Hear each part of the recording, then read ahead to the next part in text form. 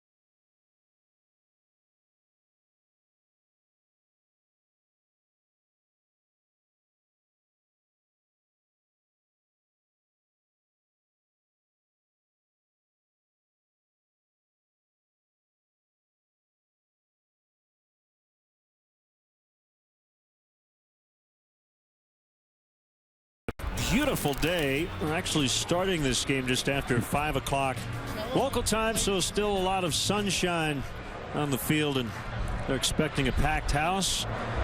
The Mets AAA affiliate is the Las Vegas 51s, and this is their home ballpark. But as we know, JD, there are a lot of Cub fans here in the ballpark tonight, as always.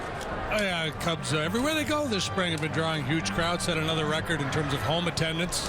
For all of spring training, back-to-back years they've done that, and they've drawn sellout crowds everywhere they've gone, and there's a ton of Cub fans here again this evening. So 2 here against the Mets, and then 1 more exhibition game on Sunday against the Angels. There's Terry Collins, who led his team to a National League pennant last season. He and Joe Madden go way back to their Angels days. What a weird season series last year. The Cubs swept the Mets 7-0 in the regular season, and then the Mets turned the table on the Cubs 4-0 in the NLCS. And that pretty much tells the story of the Mets season last year, too, because when we saw them, well, it was late June, July, they just were not a good club. They were second to last in the National League in runs scored in the first half and led the league in runs scored in the second half. A complete reversal in terms of their offensive production. Paul Sewald, a right-hander who's from Las Vegas, will start for the Mets, and this is the Cubs lineup he will face. Switch hitting Ben Zobrist at the top. Jason Hayward not hitting for average, but he is hitting for power this spring. Another Las Vegas native, Chris Bryant. You see what he did last year here in his quote home ballpark. Anthony Rizzo will clean up at first. Kyle Schwarber in left, batting fifth. LaStella, Russell, and Ross. And then Ryan Williams. He'll start the year in the minor leagues, but a prospect the Cubs are excited about as well.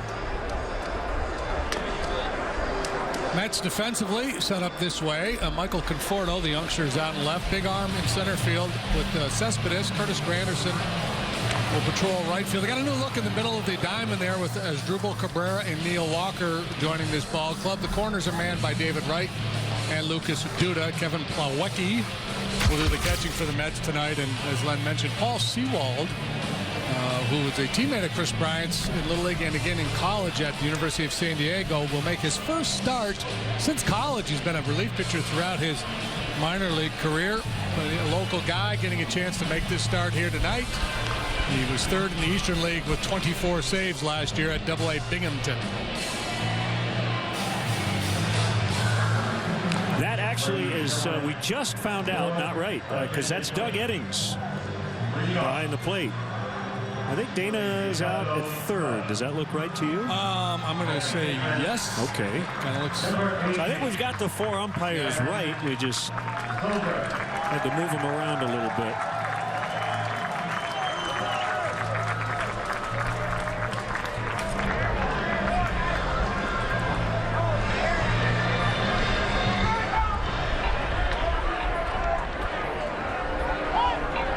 So Sewald to Zobrist.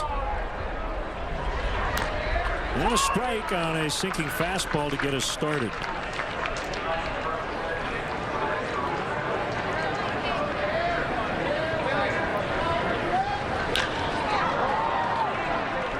Will be handled by Neil Walker. Hard to see him in any uniform other than the Pirates. He was signed in the offseason. Daniel Murphy is now on Washington National.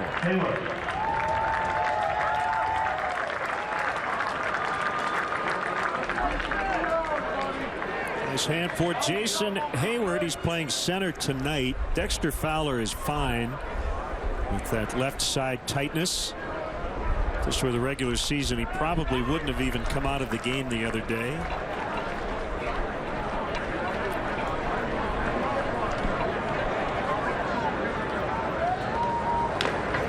That's outside for ball one, 1-1. Well, the scouting report on Sewald is more of a finesse type guy. Doesn't throw real hard. Tries to pound the bottom of the zone with sinking fastballs.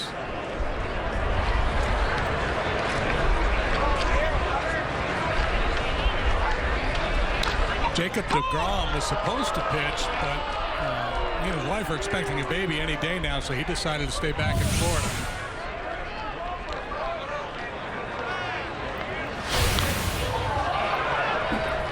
2-2 on Hayward.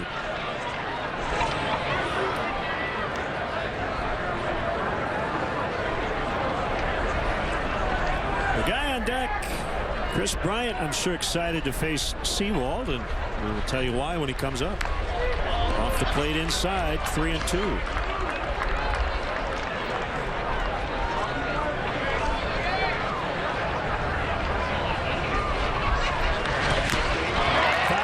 For strike three, and that will set up a matchup of former Little League and college teammates.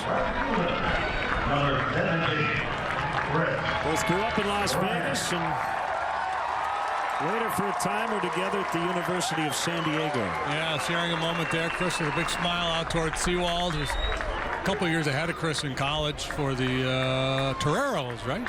USD. Fly ball pretty well hit left center and caught. Run down by Cespedes. So I guess both guys can feel good about that at bat. Bryant hit it well. Sewald got him out, and the Mets are coming up when we return.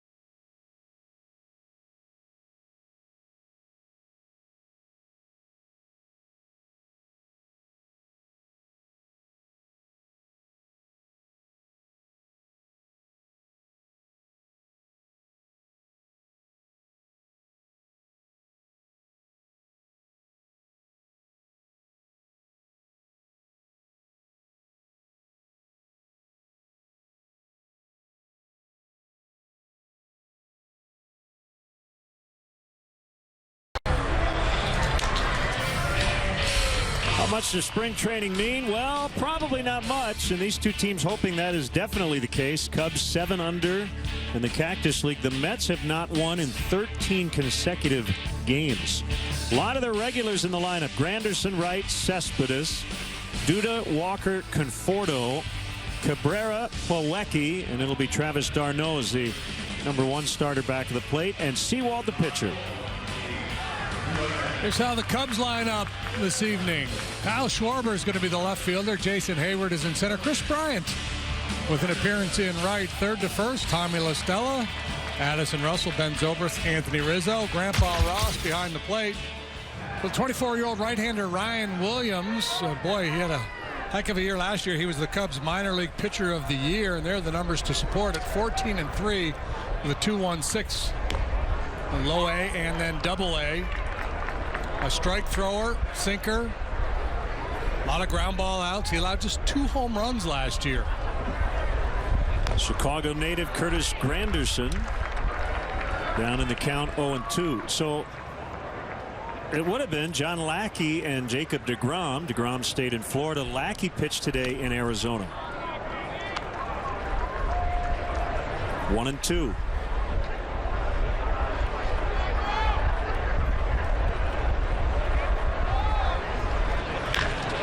Hard on the ground, right into the shift. That's La Stella, the third baseman, to make the play. That would be 5, Qua 4-3. It's a good crossword word, Qua, Q-U-A, in the words of French, like in the role of. I'll remember that. Here's David Wright. They backed off on him, pun intended. He did not get into any Grapefruit League games until the middle of March as he deals with chronic back issues. Chatting with his manager before the game, Terry Collins, he said he's been really good about telling the Mets to this point when he might need a day. And they'll try to be on top of it as the season moves along. You talked about the Mets' poor record this spring. They, like the Cubs, started their starting pitchers a little more slowly than normally. Russell throws out right. The headline in the New York Post I saw online today said that the Mets have been putrid this spring. Yeah, they haven't been very good. 7-16-5. Cubs 10-17-2. Nobody seems to be worried. Yeah, well, there's no correlation between spring training one-loss record and regular season one-loss record. Now, if you feel like guys are out of shape and not ready to answer the bell, that's a separate issue. Well, wins and losses, not so much. They've had 5 ties. There's Cespedes. Huge year last year. Big part of the Mets playoff run. He combined for 35 homers, 42 doubles between the Tigers and the Mets. And he ended up re-signing to a 3-year, $75 million deal, although he can opt out after just 1 season. I mean, he really went off when he first joined the Mets, and people started talking about Cespedes as a potential MVP in the National League. Foul tipped. Williams, like Sewald of the Mets, similar approach. A lot of strikes, good movement down around the knees. This is a breaking pitch. Work quickly.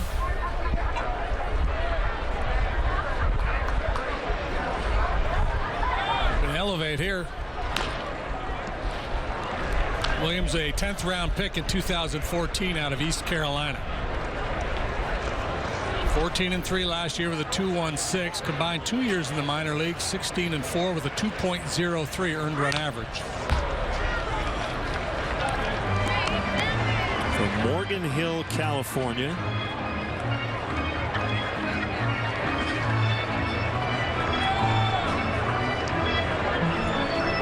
Works far first base side of the rubber.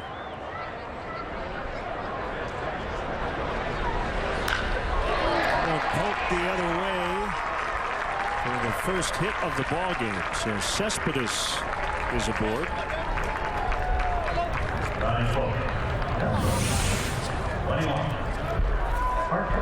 That's a good pitch. It's a sinker on or off the outside corner, down below the knees.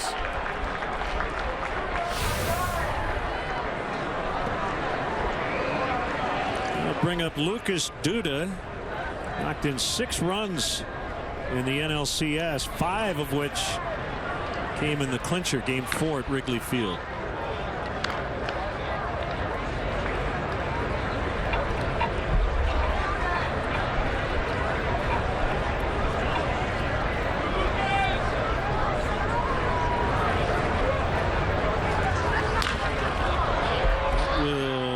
Get out of play. Fair amount of foul territory behind the bases here, corner bases, and we've got the high walls in the outfield. It's only 328 down the lines, but 433 to center. Wind blowing out right now toward right center. I was told yesterday they had 40-mile-an-hour winds here. That would have been fun. That would have been fun. Boy, in the summertime here, with the wind's blowing out, it's hot and dry. The ball just jumps.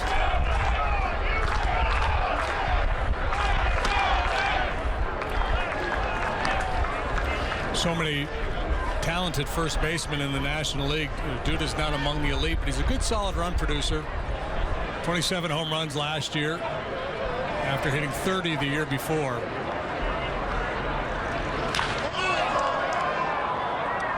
Zobrist was way out there, and Bryant will take it from him. As deep as you'll see a second baseman play.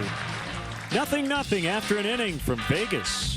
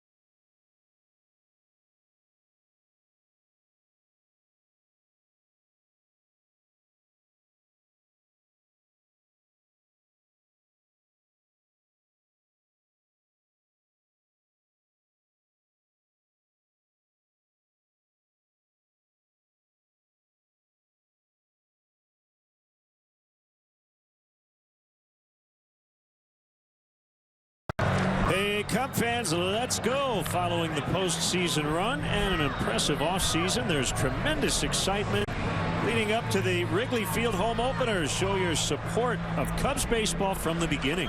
April and May offer fans the best availability to get the seats you want. Get your tickets now at Cubs.com.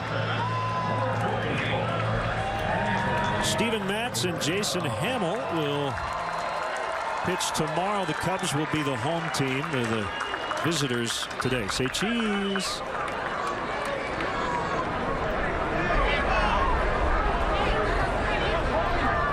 Here's Anthony Rizzo.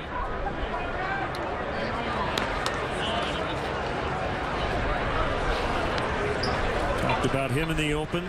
He's had a solid spring.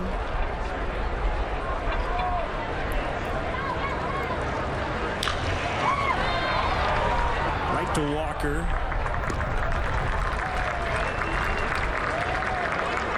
Four up, four down for Sewald, and now Kyle Schwarber.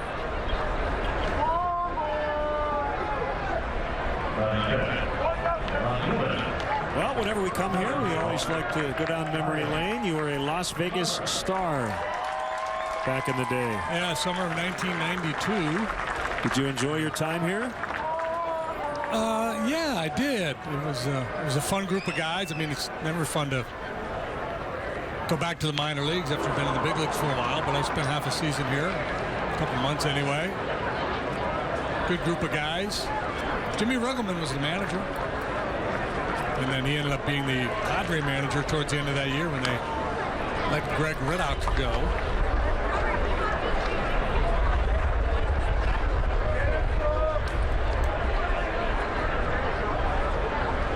Here's a 1-1.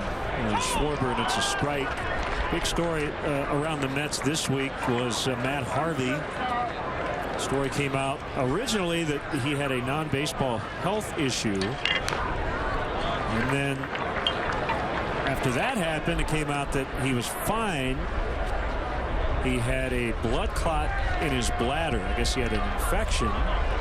Doctors cleared him. He's going to be just fine. But as you can imagine, the tabloids in New York had some fun with it. He was not too pleased. Said it was a pretty serious situation there for about a day or so. Swing and a miss for strike 3. Yeah, but in defense of the headline writers, I think most of the snark came out after they knew he was okay. But yeah. Talked about Sewald not being a power guy, but he slipped that fastball by Schwarber, who was maybe a little late getting started there. Yeah, I understand both sides.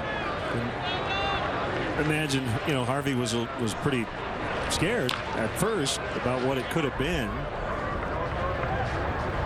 And you like the fact that he was pretty upfront about what it actually was, but then when you're honest about it, right, it's splashed all over the headlines. No pun intended. See, I walked right into that and I didn't even realize it. 1-1 on La Stella. But the bottom line is he's okay. And the Mets are very happy about that. High drive to center. Again, it's 433 in that area. And La Stella around second. He's going to stop there with a double. Ball that probably is a home run in just about any other ballpark.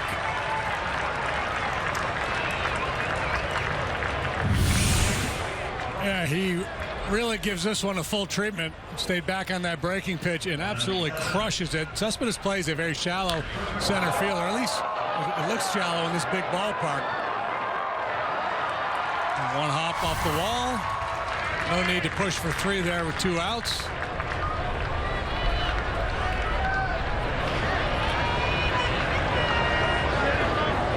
Here's Russell. He seems to be poised for a big sophomore season.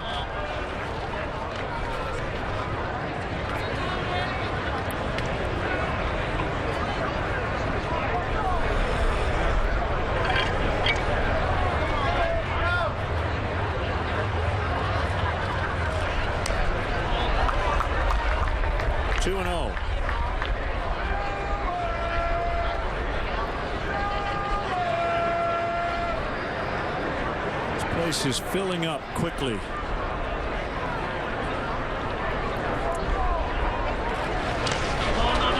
the dirt, 3 balls, no strikes.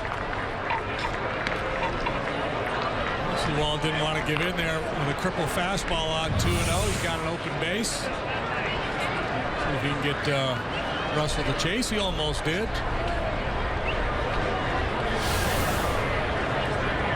I'd green light him right here. Even if it weren't spring training, I'd green light him.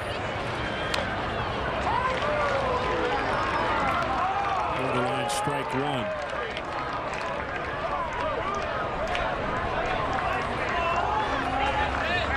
Mr. Met gets a prominent place in the Mets spring training attire. And he walked him. So Ernie Banks is Mr. Cub. Speaking of Mr. Met. So who's Mr. Met? The history of the New York Mets, would you say? It's a tough one, isn't it? I mean, younger fans would probably say David Wright. That was my first thought. People of a certain age might argue Ed Kranepool, who was there forever.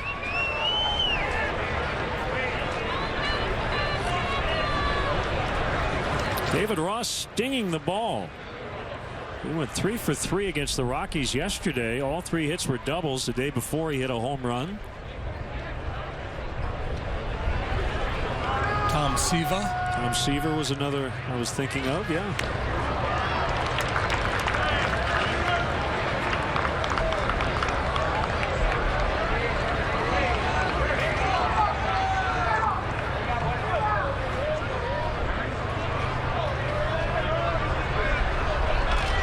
Chico Escuela had a nice run there.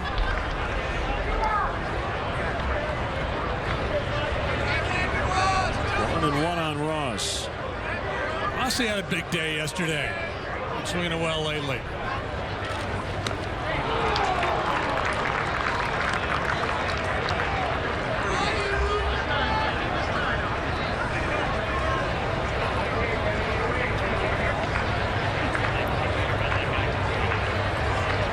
Two on, 2 down.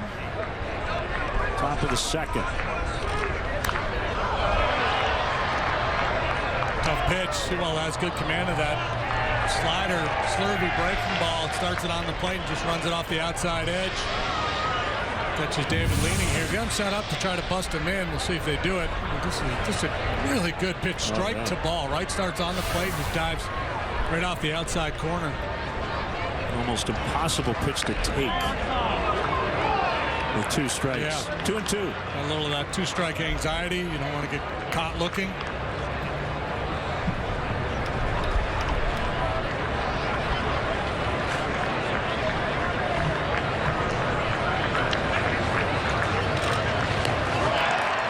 Got him that time. 3rd strikeout here in the first 2 innings. 0-0.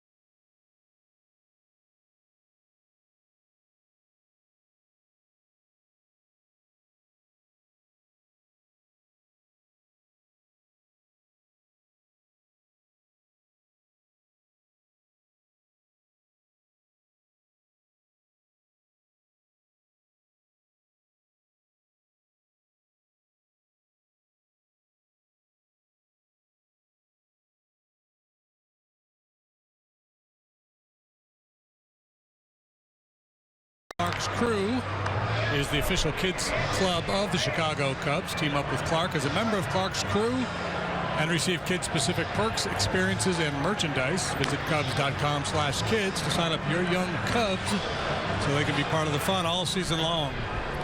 You have opened up kind of a fun conversation about Mr. Met.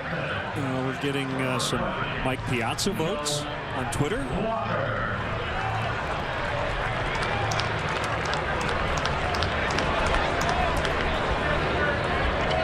Talk with that guy in the next half inning. Joe Madden. Getting any Rod Gaspar?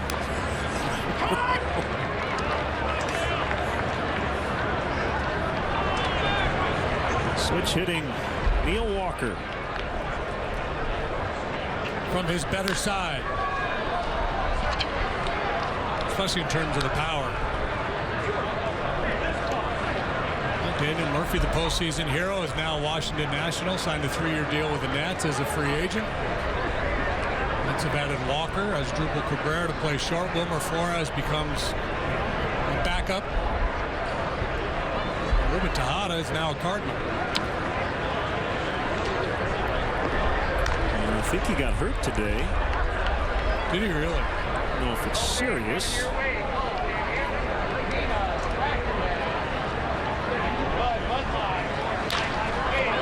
On the ground, diving stop, Zobrist out at first. Big time play.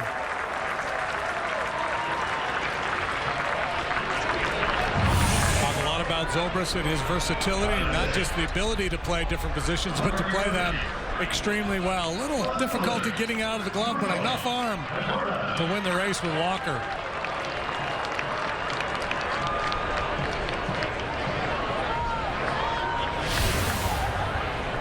Michael Conforto. Tejada's got a quad injury. Sounds like he'll start the year on the DL. It's hit foul. Conforto had a 2-homer game in the World Series. Game 4. He's 23 years old. 56-game debut in the regular season last year.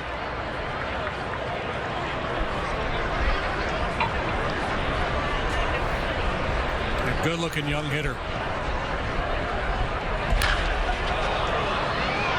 Smoked foul to left.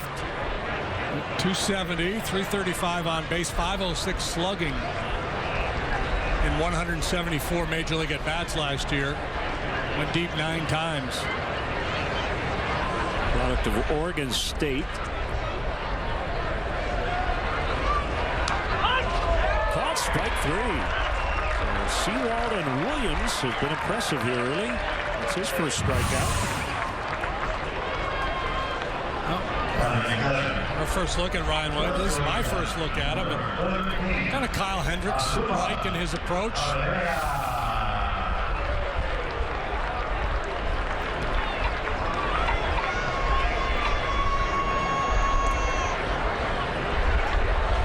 Cabrera is a switch hitter. Signed as a free agent in December. Williams a bigger guy. He's 6'4", 220.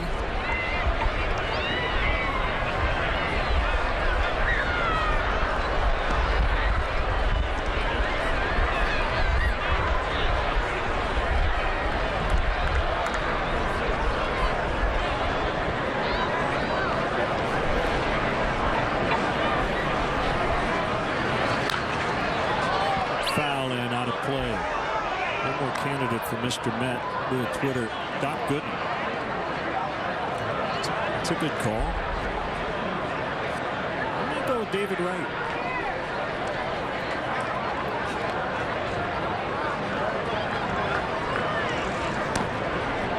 Ernie made it easy for us, didn't he? Yeah. Yeah, then you get into the whole conversation. Well, what's your Mount Rushmore of Cubs? And what's your Mount Rushmore of Mets? At the risk of offending somebody. Zobrist has been busy early. The Mets go down 1, 2, 3. 2 in the books from Vegas, scoreless.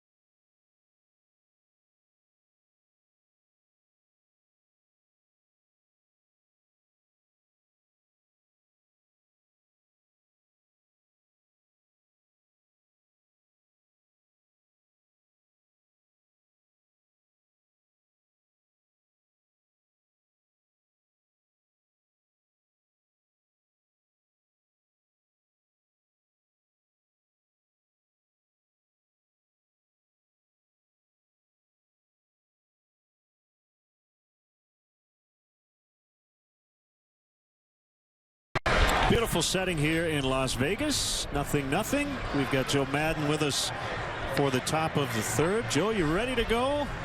I think we're all ready. Absolutely. It was a great camp. We got a lot accomplished. Come up here to Vegas for a couple nights and you know, continue the getting everybody ready. But overall, I thought it was a great camp, and everybody's absolutely ready for opening day. How about this kid on the mound, Ryan Williams, who's at the plate currently? Like him. Yeah. Like him. I mean, I thought he pitched really well for us. Big guy, good angle. Has some really good movement on his pitches. A nice changeup. Really, I like his makeup a lot when you talk to him conversationally. I really get the sense that he thinks he's a big leaguer and that he belongs here. I really like when you get a young player that kind of portrays that kind of an attitude, not in a cocky way, just in a confident way. And I think you're going to see him up at Wrigley in the near future. Is it fair to compare him to Kyle Hendricks in terms of his approach? Yeah, I think it is. I don't know the velocity on the gun. He might have a little bit more velocity. I think it looks like that way from the side, but overall same approach, maybe better angle, taller, that kind of thing. But yeah, very similar in their approach. You're right. So a couple of days away from starting in earnest. Yes. Any concerns?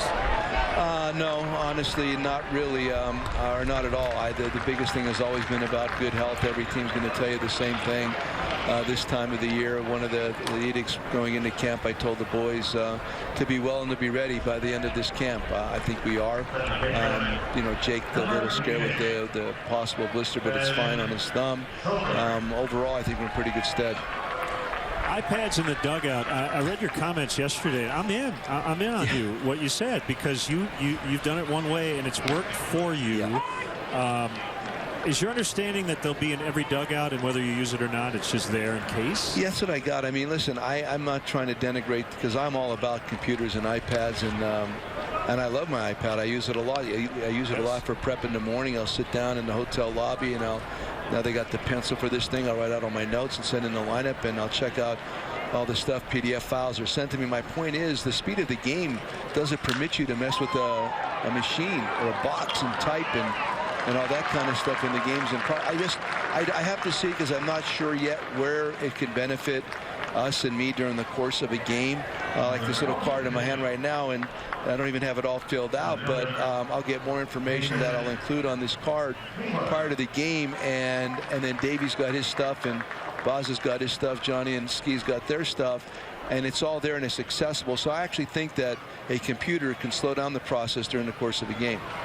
Yeah, I'm fascinated at the whole idea of some managers who probably have no use for it at all. They just don't want to do it. They feel like they're set. And well, I mean, my point is, yeah. Well, the thing is, it's not. I'm all about them, but not. I don't think I need it there. Is my point. Right. And I'll find out. I mean, because I don't. You know, until you really get to see what it's capable of doing at that moment. I was even talking about, I'm reading about where the next level obviously is artificial intelligence, where pretty much these things they'll think at the speed of you. Maybe you just ask it a question in the game and you could access it like that without having to manipulate it. It may have some substance eventually, but I just don't know. I got to see it. I got to feel it, because I know how it benefits me and us prior to the game. I just don't know how it benefits you during the game. Yeah, I'd love to see the conversation where an umpire is looking at you. I'm going to send up a hitter in a minute, but I need my page to refresh. Right. I need to reboot. It's just not working properly right now. Who we're going to use. Exactly. I'm getting interference from the other dugout. Oh, good stuff. Joe, always appreciate the time, and we'll get it cranked up Monday night. All right, guys. Be well. Thanks, Joe Madden, the reigning manager of the year in the National League.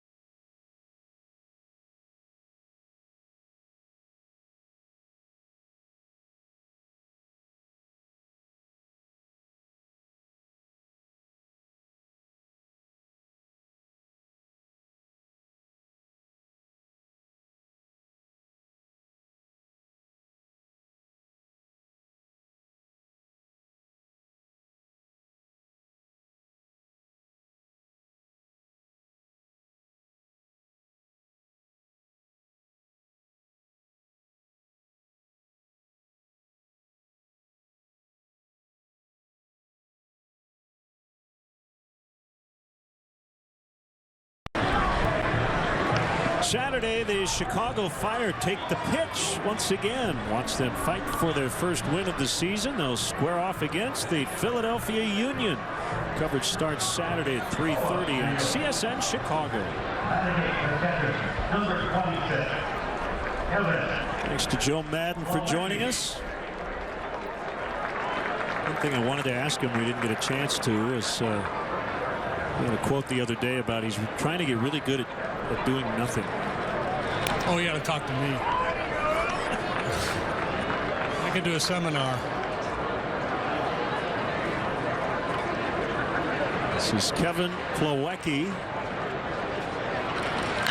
That's off Ryan Williams, and that'll be a base hit. Wow, it was actually closer at first than I thought it would be, and Williams really stung by that liner. Here comes Joe. Here comes P.J. Mainville.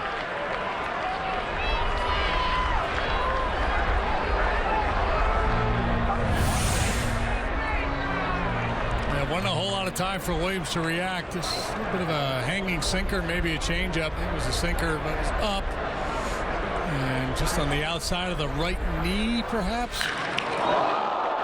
And you got a sense of it there. You hear the crack of the bat and then the sound of the ball hitting his leg.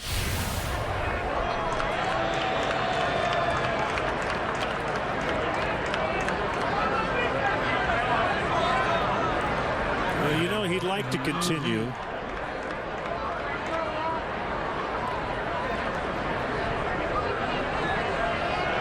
So we'll take a warm-up toss or two and see how it feels.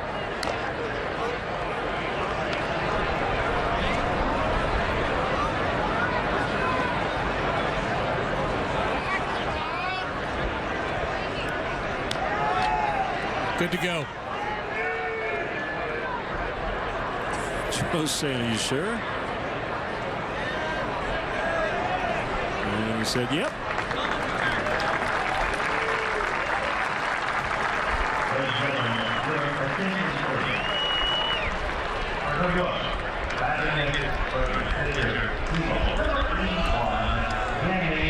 Danny Muno will bat for Seawald.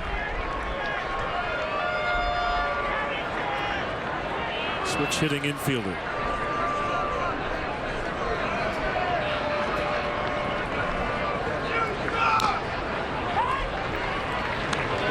Strike called.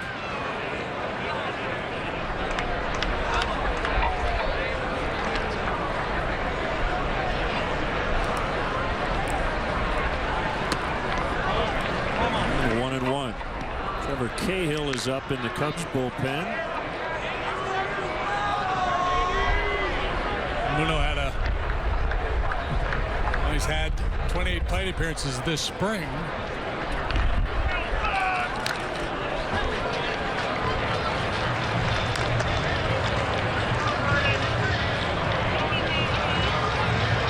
.32 plate appearances with the big club last year. Hit a .148. 277 here at AAA Las Vegas.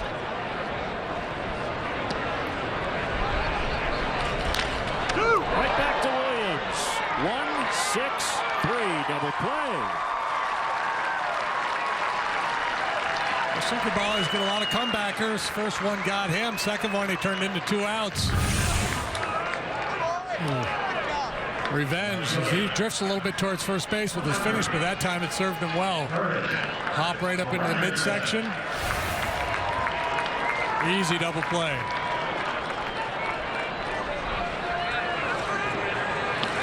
It's Granderson. And he looks at a strike.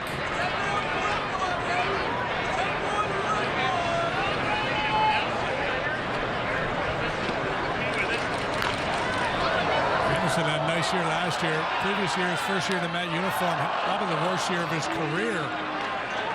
And just do that at the age of 34, people start to talk about player in decline. But the bounce back year last year indicates that he's still got plenty left in the tank.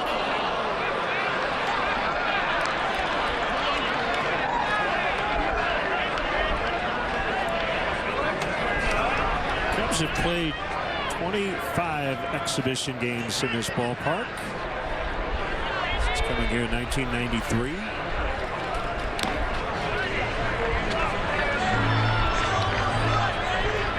I think we've been here every year since I've been doing this, back to 2005.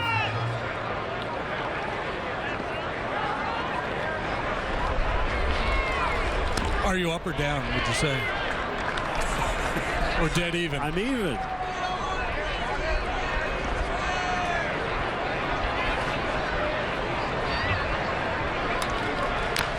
Ooh, that reminds me. You sound like Horseshack there. We did remember last year when we left here, we were having a question about gambling. There was something that we dropped on the air, and we said we're going to come back to it a year from now. When we come to Vegas, yeah. And now we have to remember what that was. Did it have to do like Friday the 13th? It did. Whether it was more or less gambling? Yes. Something like that. Okay. Somebody will remember who's watching, right? Scoreless.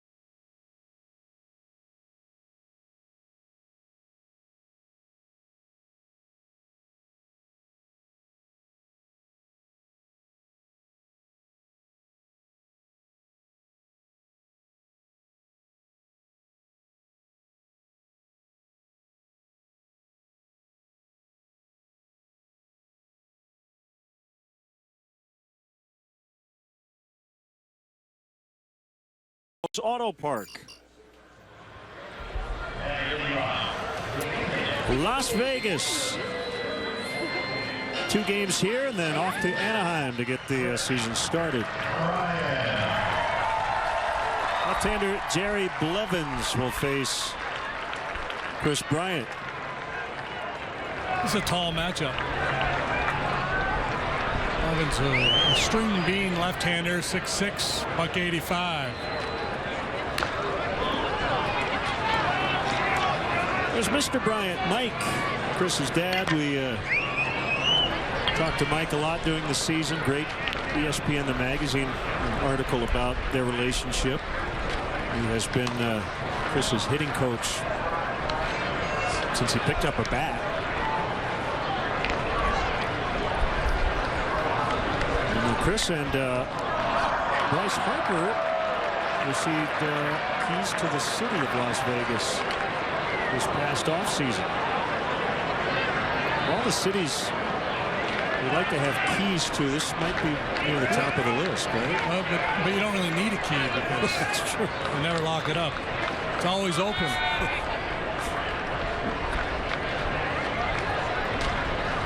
Robin's a former Cub draft pick, 17th round, 2004.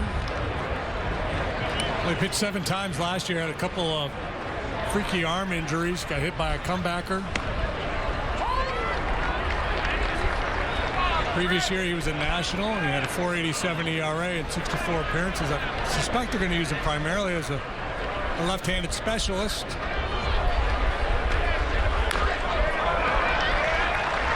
Bryant takes the walk.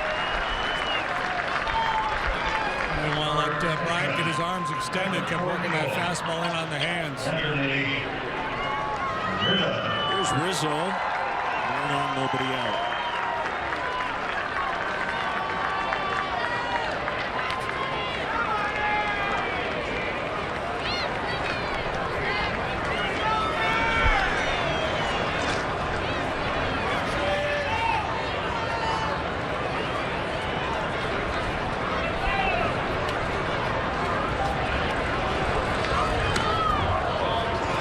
Him off the plate.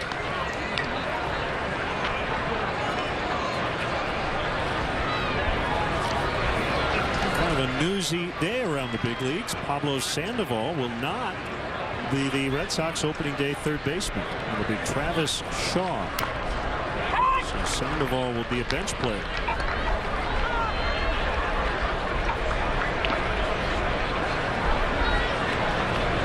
Yeah, it hasn't worked out real well, has it? No, it Pablo and the Red Sox. Andrew Miller has a right wrist fracture. It's his non-throwing hand, and he's going to try to pitch through it for the Yankees. Well, they're without Aroldis Chapman for the first 30 days of the season. And Miller will fill in as the closer. And Trevor Bauer goes to the Indians bullpen. 2-2. Who's taking a spot in the rotation? It's going to be Kluber, Carrasco, Salazar, Cody Anderson, Josh Tomlin.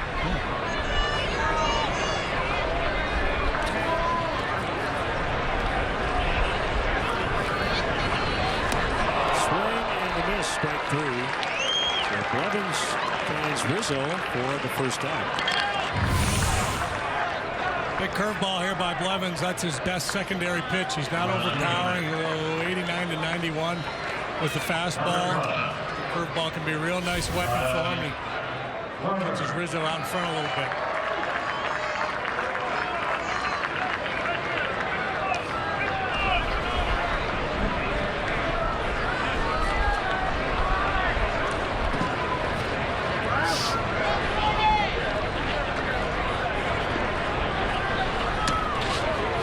Inside ball 1. Justin Verlander gave up a home run in a minor league game today to his younger brother Ben.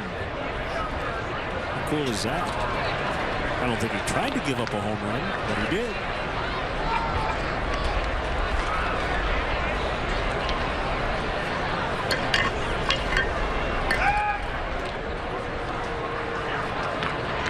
Well, probably better to give up a home run to your brother than to walk him. Because if you walk him, he's just going to accuse you of ducking him. Man.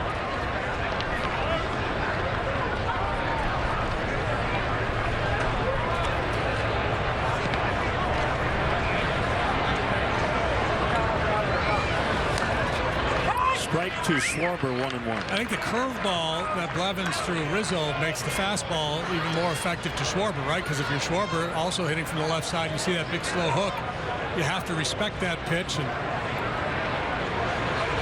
in the back of your mind, sometimes it's tougher to pull the trigger on the heater.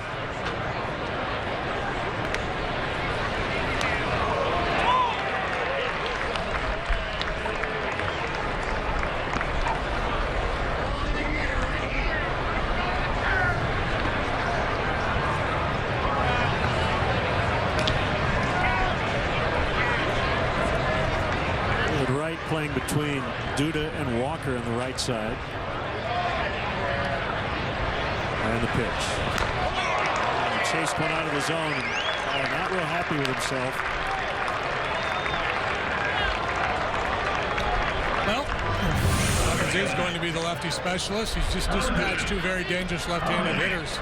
Got Rizzo with the curveball. He got Schwarber to chase the high heat.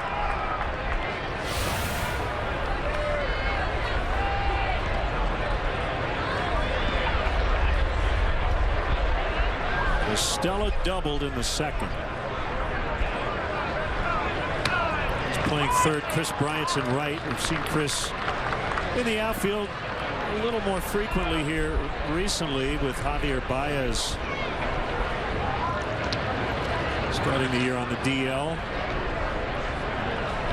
Some other guys may need to have a bit more defensive flexibility than he anticipated going into spring training at least early in April. And Zobrist will be the backup shortstop.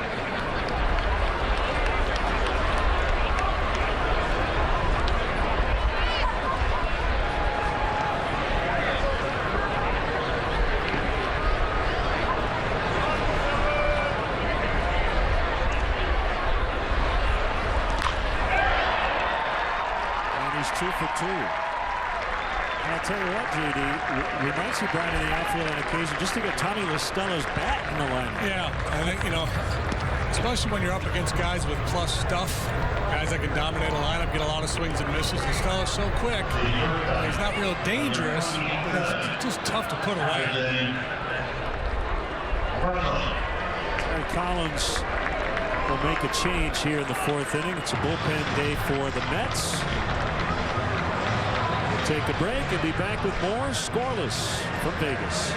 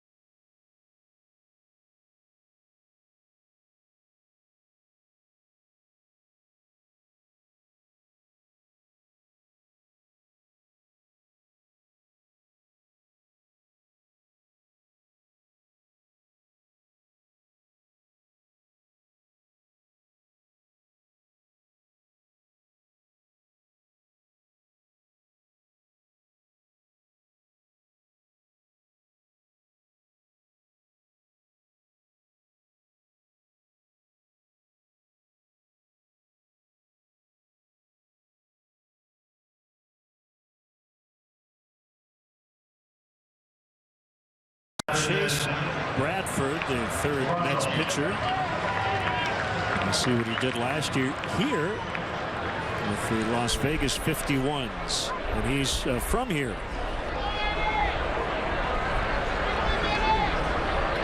Fun for him. To Silverado High School and University of Central Florida. 2 on, 2 down. Russell takes ball 1. Bradford was a 35th round draft pick in 2011. 1,061 went before him.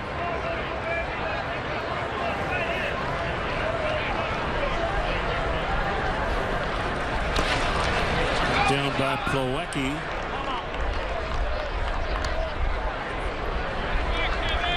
So when you sign a kid that late in the draft, you don't have high expectations, but he's knocking on the door of the big leagues here, pitching AAA, and pitching fairly effectively. The PCL is a great hitters league.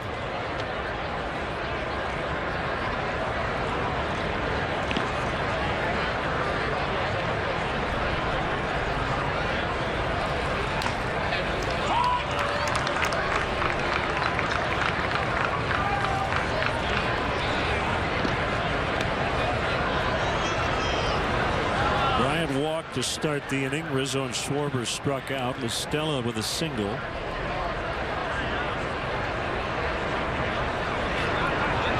now 2-1 to Russell. Now 3 balls and a strike.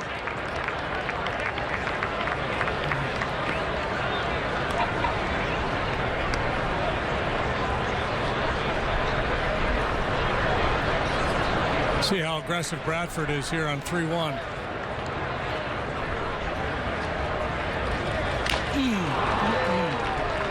Barry. Russell didn't get it. Good swing.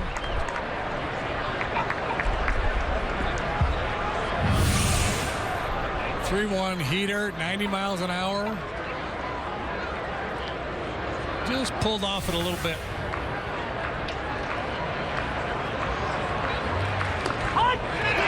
strike 3 to end the inning. No argument for Madison.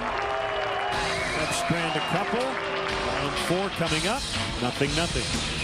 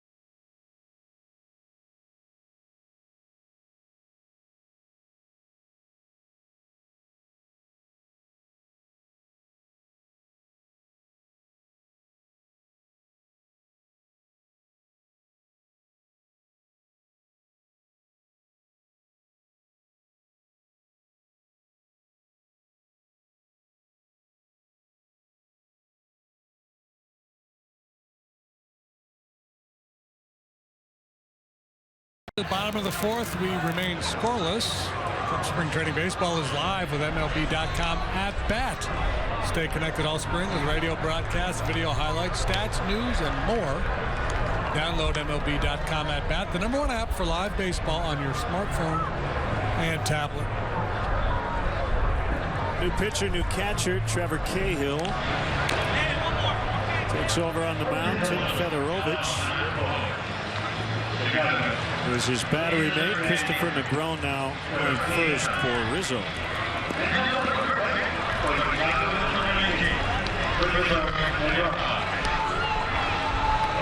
There he is. Oh, man. That is a serious looking lefty. Yeah. How much does that card go for these days? Oh, boy. 8 cents. Did you pose specifically for the baseball card? Yeah, that's definitely one of those posed.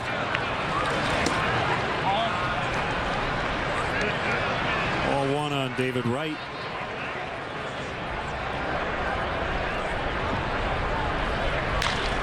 Ground ball toward right, and Zobrist just can't get it.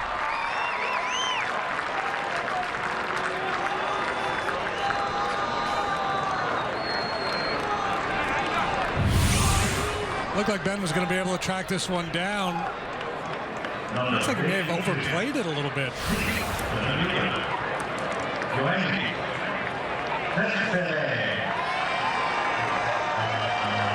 Infielders at the ready when Cahill's on the mound. Typically gets a lot of ground balls.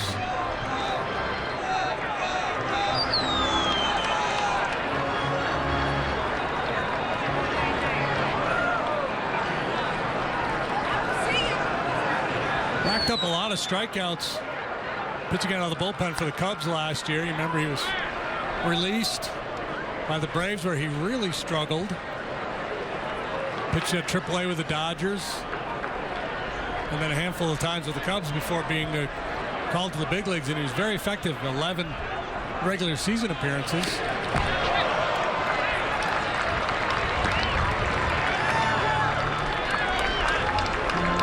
There goes the double play ball.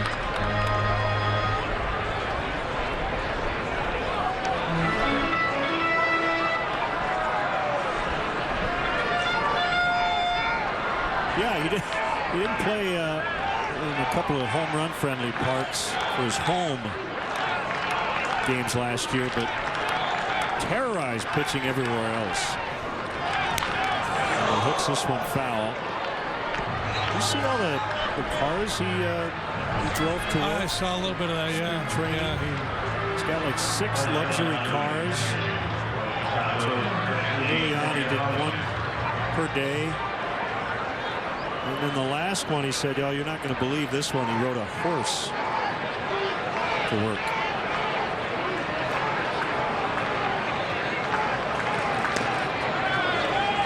By the way, while living in Cuba, he never owned a car. Said, "I walked or rode my bike."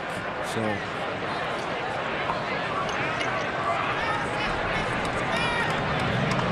got no problem with that. You got the money, you want to spend it that way, do it. Have fun with it.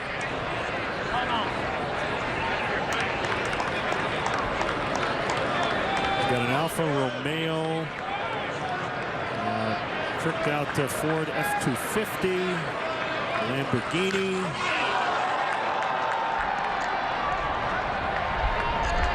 Bryant makes the catch, right tags and heads to third.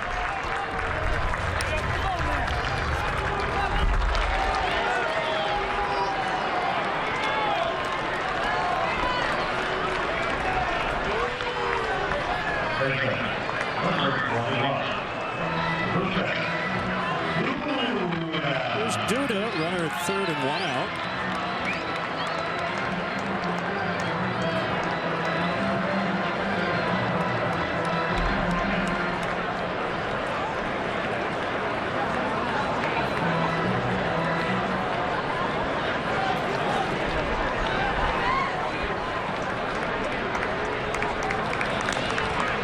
Wide for ball one.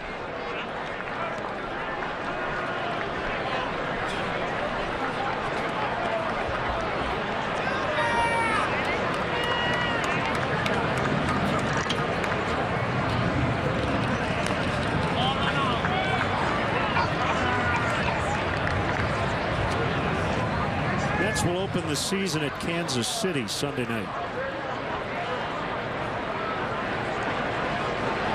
Rematch of last year's World Series. 2-1. 5 games, right? Kansas City won. 4-1, I believe. Harvey and Volquez. We'll start that opener for those two clubs. That's a good swing. A base hit to drive in the first run of the ball game as Wright will score. Do that big slugger, but that time just a little curvature to left to drive in a run.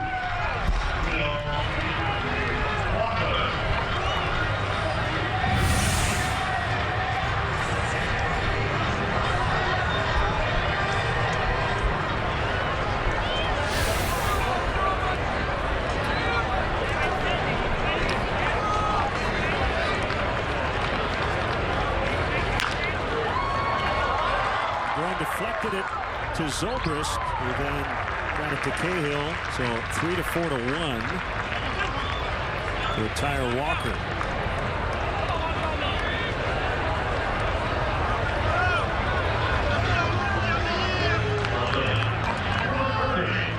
Cahill, a guy Joe Madden will call on to pitch multiple innings.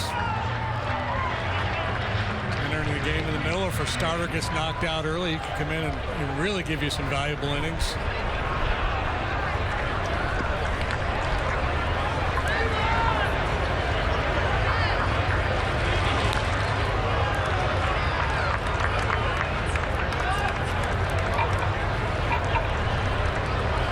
There's a changeup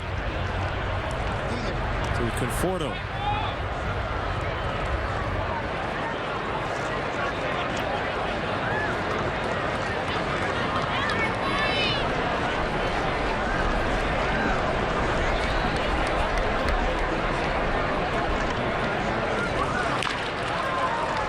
To McGraw, he'll take it unassisted, and that will end the inning. 2 hits and a run, and the Mets have the lead. It's 1-0 after 4.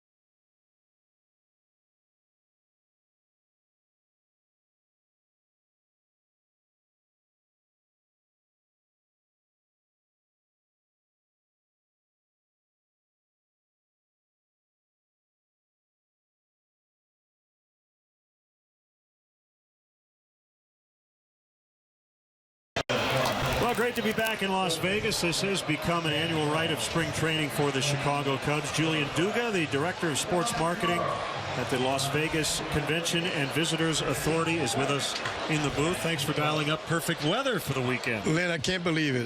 If it had been last week when you were here, you'd have had 65 and 70 mile an hour winds. So this has been great. Cannot complain a bit. Great crowd. Everyone's having a ball. Yeah, I heard 40-mile-an-hour winds the other day. Yeah. Well, it definitely cooperated. Well, Tim Fedorovich will lead it off.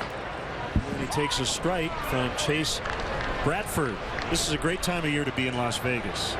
You know, you can't beat the weather, really, this time. I was kind of kidding about the wind. Swing and a miss. A lot going on here in Vegas. Yeah, so I got a buddy who lives back in Phoenix. He likes to play a little poker. But he also likes his college basketball. He's a big Gonzaga guy. He was out here. You had the conference tournament out here. You do like 3 different conference tournaments, well, right? Actually, it's 4. 4. We've got the Mountain West, the Pac-12, the WAC, and the West Coast Conference. And we've also got a huge NASCAR race that we have out here. And then you can't forget, you know, the basketball tournament season is in March. The Mint 400, which is a huge off-road race, and just all of the normal things that they ought to do here in Las Vegas. That is a fair ball into the left field corner for Fedorovich. And he's got a leadoff double. So the Cubs trailing 1-0 have a managed scoring position with nobody out.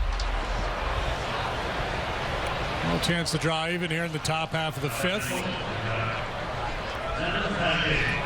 So restaurants, golf, casinos, go see Billy Idol. There's all kinds of stuff to do here. Oh, it's, you know, the town, when you sit down and really think about what we've got to offer from an entertainment standpoint of view, there isn't another place in the world that can compete with us. And then, you know, we bring an event like this into town. I mean, you can't beat it. Good bunt by Chris Negron. Barehanded play right. And he got him at first. What a play by David Wright.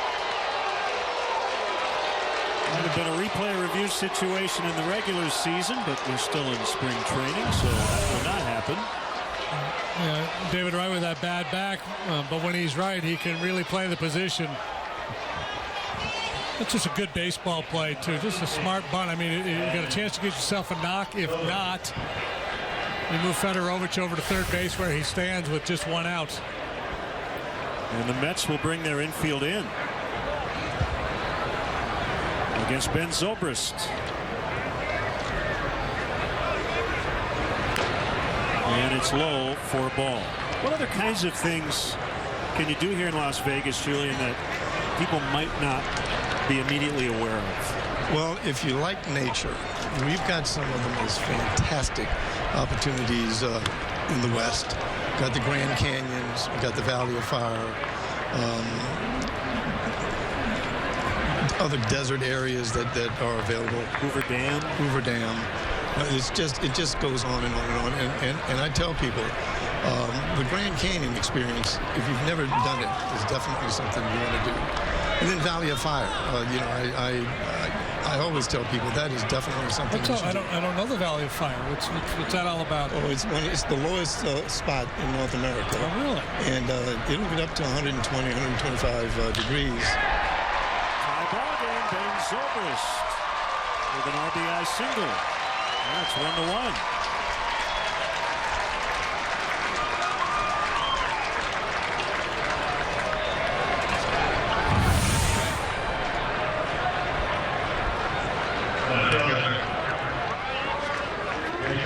Pretty swing by Ben Zobrist. After grounding out to second base a couple of times, he lines this one into right field. So the Valley of Fire, we'll put that on the bucket list. You bet. And I'll tell you, you know, if you like hiking, the Red Rock area here is some of the best hiking in North America. We've had folks from all over the world that come in to hike here. I mean, and we tell people there's a lot more to do in Las Vegas than the normal things that people, you know, think that there ought to do here. Well, nobody knows, because when people leave Vegas, whatever happened here stays here. They don't tell. See, that's the problem you have. As a marketing guy, You want people to tell you. Whatever happens in Vegas, you need to tell people. Trust me, they're telling. Word gets out. The word gets out. Yes. I don't know. I'm not a marketing guy. Just So, we got advice. a couple of other little things. The T-Mobile Center is opening, a new 20,000-seat arena. We've got several hotels that are about to announce that it's going to really, add to our public. Broken bat bouncer Duda with a diving stop, and the ball gets away from Bradford. Runners will advance.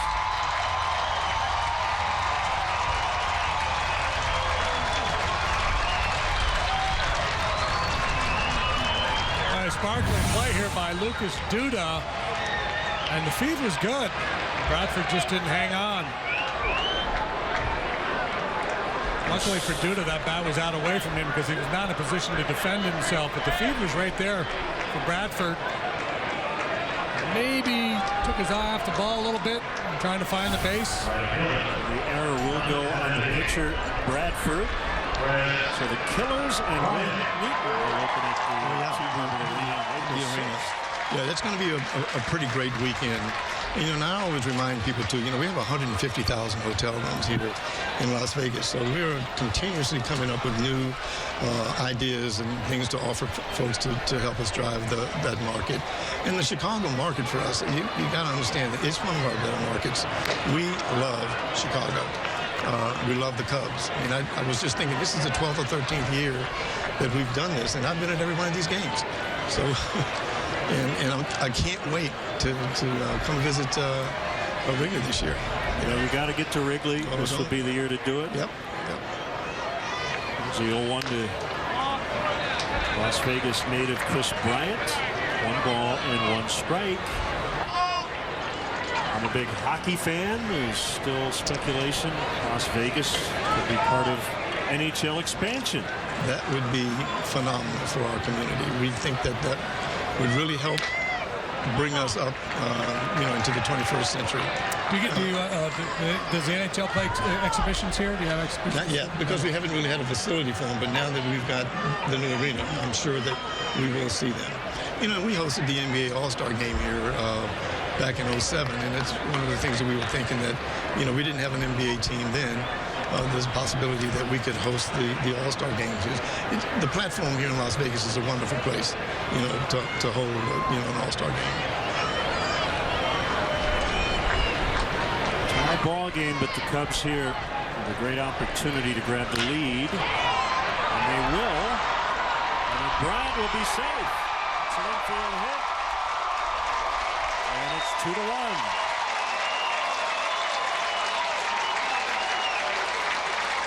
Not a whole lot going on in this top half of the 5th. There's been some very solid contact. A misplay by Bradford. Here's a little slow roller that Bryant turns into a base hit. We talked about this a lot early last year. Chris Bryant, not just a slugger, a very good athlete who runs quite well.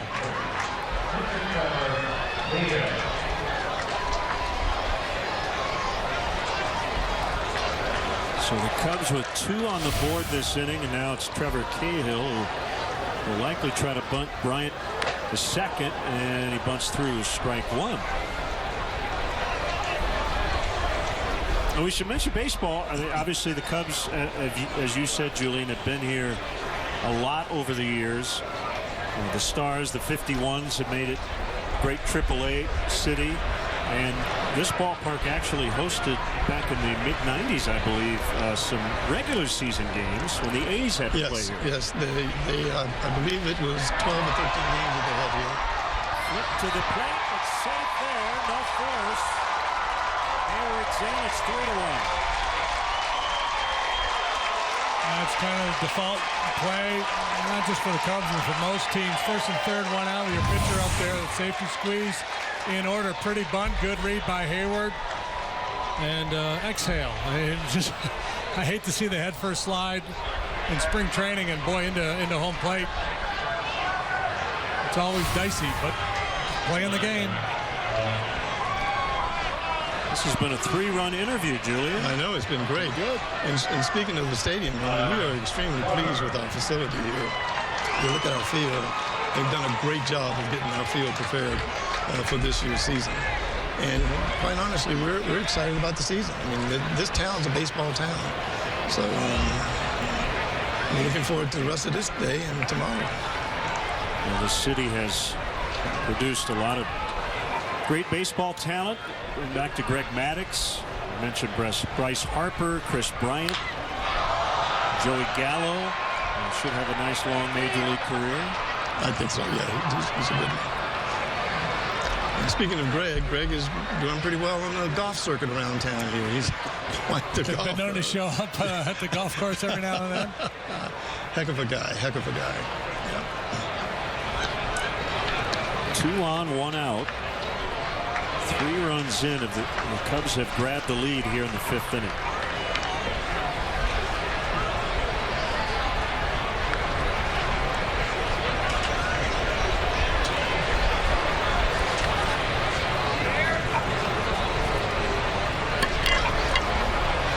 The 0-1 drops in for strike 2. Looks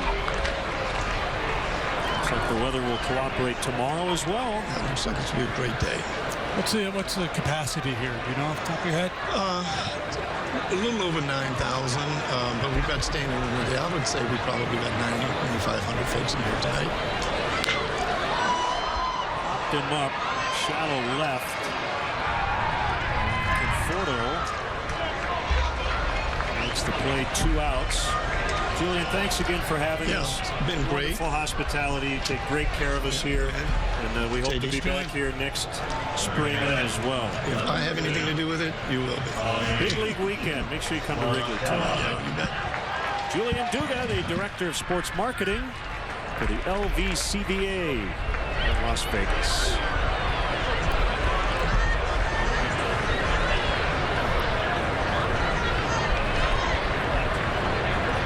Tommy La Stella 2 for 2 with a double.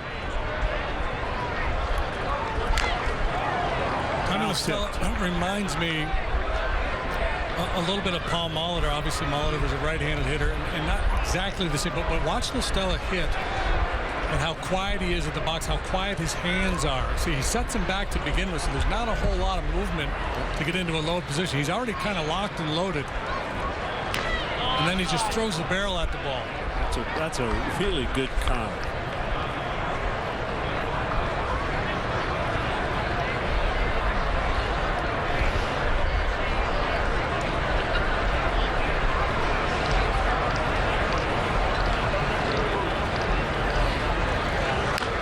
Talked to some hitting coaches in the past, and I couldn't hit my way out of a wet paper bag, but they talk sometimes about a hitter has to know where his barrel is, as he loads and his. Stella, he knows, right? Because there's no big hitch. He's not swirling the hands around.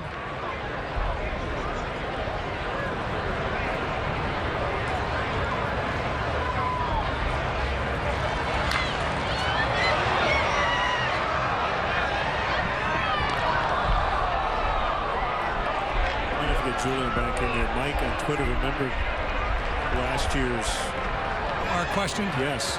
You were going to ask if gambling is down on Friday the 13th, because we were here on Friday the 13th last year. And we were kind of thinking that people might gamble less on Friday the 13th. We'll ask him off the air.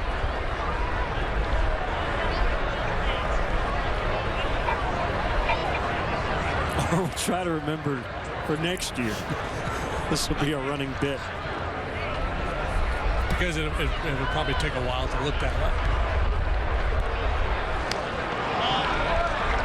3-2 on La Stella with Russell on deck. And that's a chase pitch for a lot of guys. But again, the quiet hands, the good approach, great knowledge of the strike zone allows him to wait just a little bit longer, less vulnerable to those breaking pitches, and move out of the zone.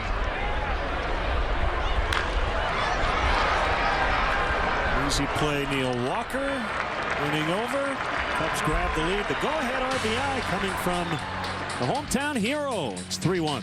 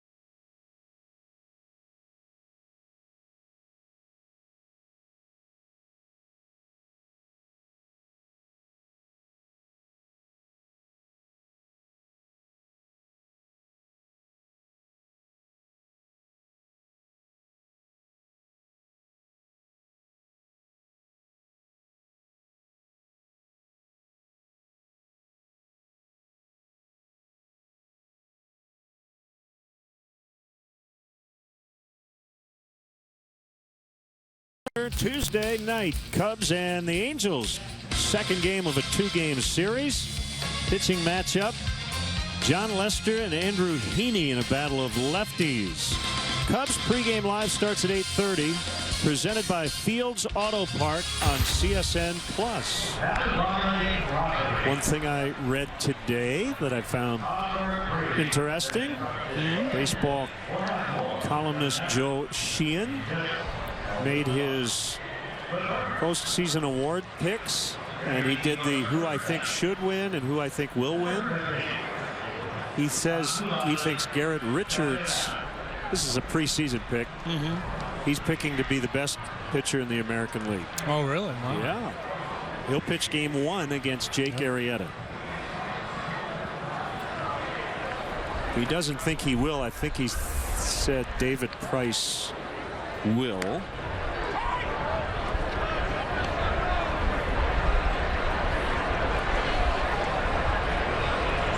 Richards has a new changeup. A grown to Cahill, and they get Cabrera.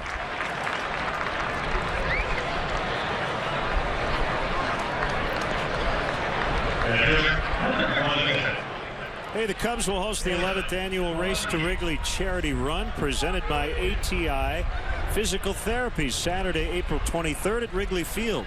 The 5K course runs through the streets of the Lakeview neighborhood and concludes in the friendly confines. Cubs charities will donate proceeds to support critical care needs for pediatric patients in Chicago through Advocate Children's Hospital. Sign up at racetowrigley.com.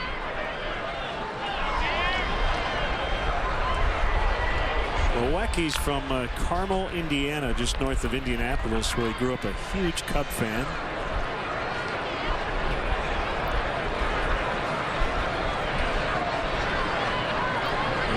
Purdue, right? Yeah. He played at Purdue. Be the backup to Travis d'Arnaud.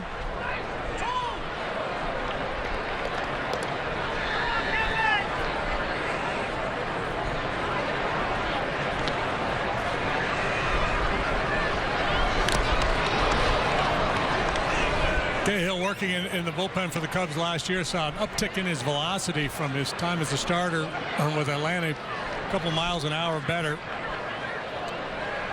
Along with it, he saw a spike in his strikeout rate.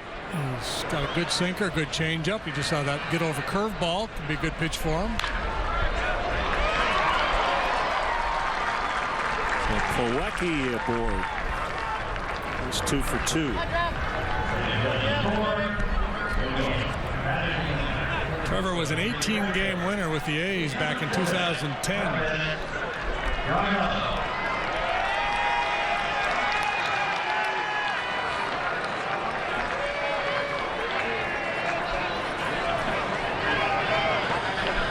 Here is Travis d'Arnaud.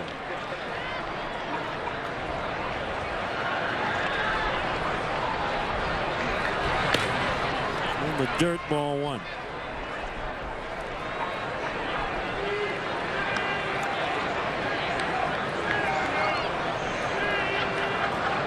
Lights are just starting to take effect as we near sundown in Las Vegas. Yeah, start time 5 o'clock, first pitch here, or shortly thereafter this afternoon. A lot of times that you worry about shadows, but it really wasn't that big of an issue.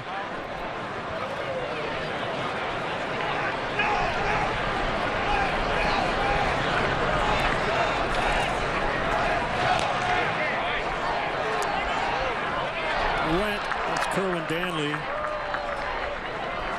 making the call at first.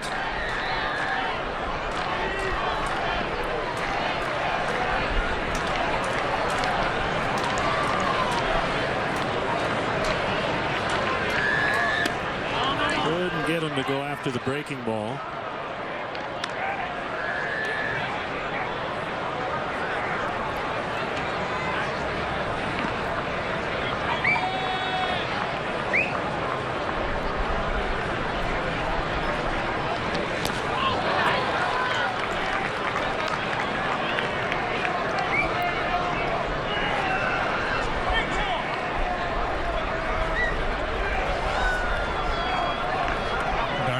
power, 12 home runs last year, and 268 plate appearances.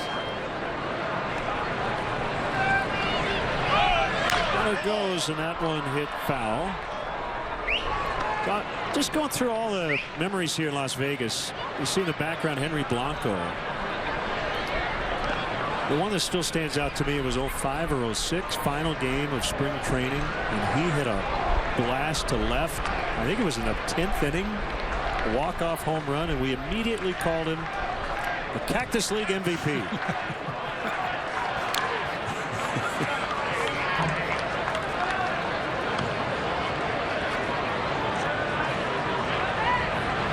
Did you have a trophy? Did you give him a flat screen TV to honor his exploits? Yeah, you get into the exhibition season, start rolling into extra innings. Nobody's overly excited about that. And a member of the Cubs coaching staff. No grounds out. Milwaukee at second, 2 outs.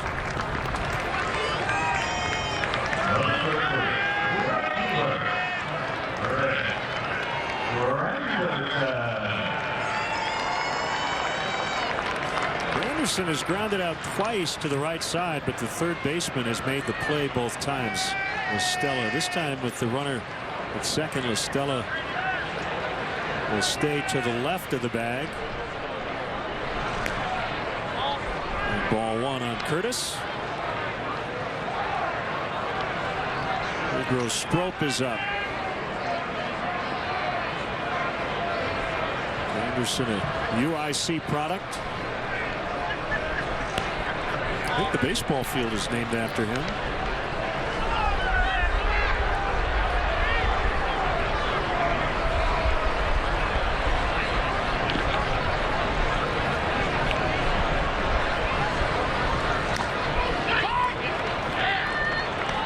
Les Miller Field at Curtis Granderson Stadium.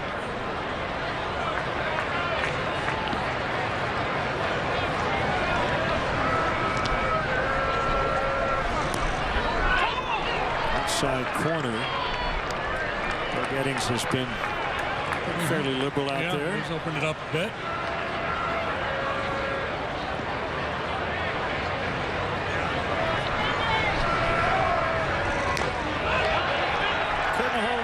Strike three. So Cahill, 2 innings of work, has allowed 1 run and has a 3-1 lead.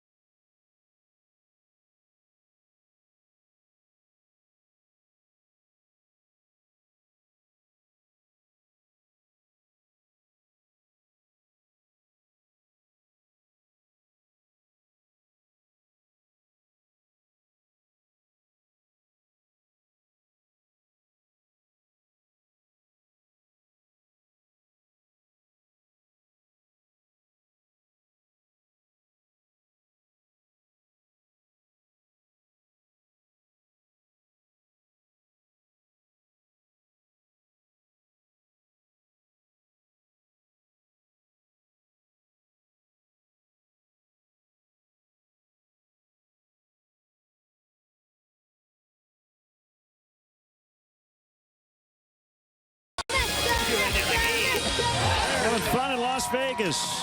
A lot of Cub fans, a lot of Met fans here this weekend. A rematch of last year's NLCS.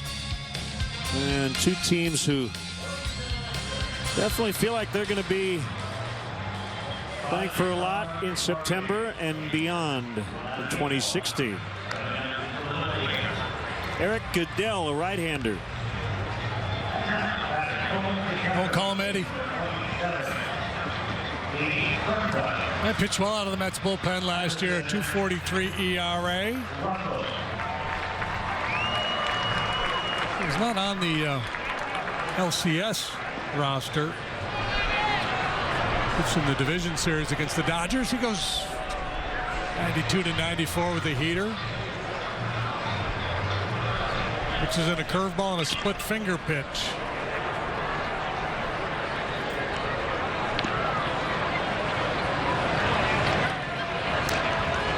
Swing and a miss by Addison Russell.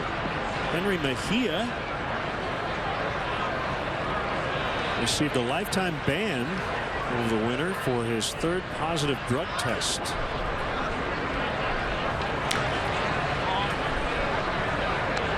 Came out in February.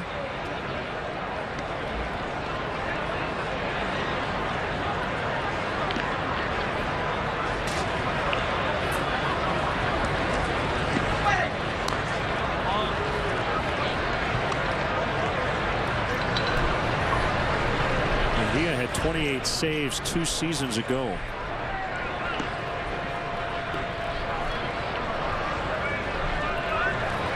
Luis Familia is their closer. Popped up on the short right, and it is Granderson for the out.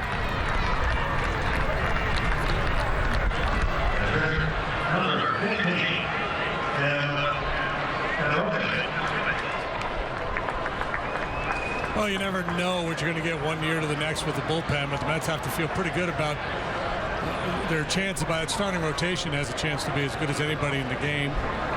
Offensively, I think they'll be good. Again, there was a Jekyll and Hyde kind of story for them last year. Really struggled in the first half before putting up big numbers after the break.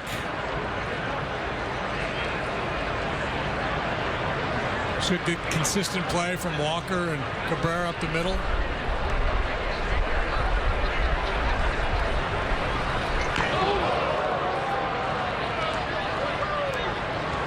In their first 97 games last year, they put up 3.4 runs per game as an offense. Their last 65, 5.4. Pretty stark contrast.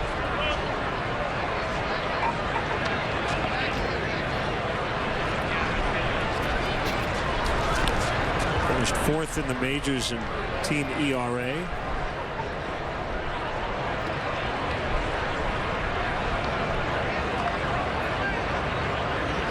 We have some defensive questions. But that's where a big-time strikeout staff helps. Yeah, you go in there for a 3-game series and you run into Harvey, DeGrom, and Syndergaard.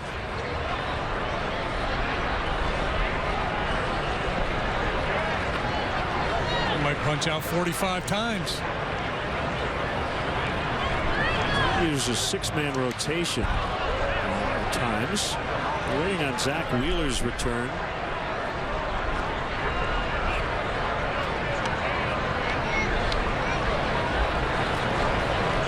He's coming back from Tommy John surgery.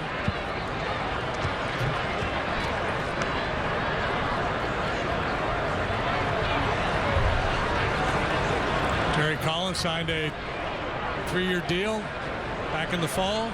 He says that will be it for him. 3-year or 2-year deal? I think 3. Yeah, 3 sounds right. I think it's right here in their little notes they put on it. He signed a 2-year contract. Okay, 2 years. So 2 and take it to the house is the plan for Terry Collins.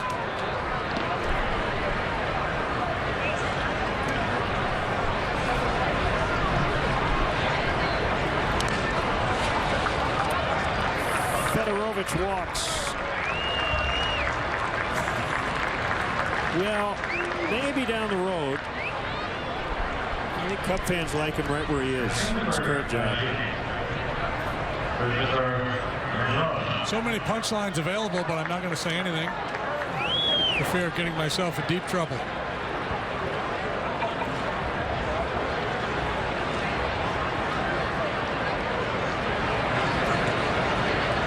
Christopher Negron.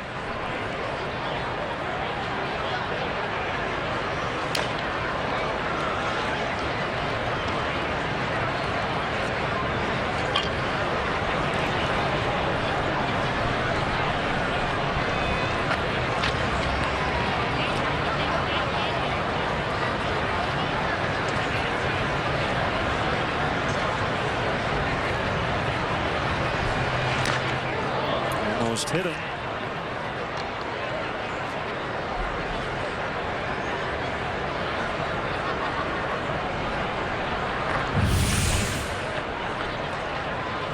Two-seam running fastball.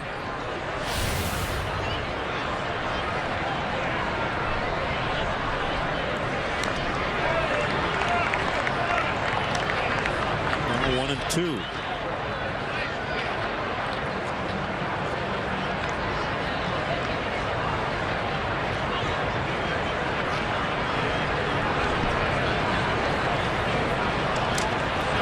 Signed with the Red Sox back in 06. 7th round draft pick. Base hit. Fedorovich, former Red Sox draft pick as well. Rome did not get to the big leagues until 2012. That's while he was a member of the Cincinnati Reds.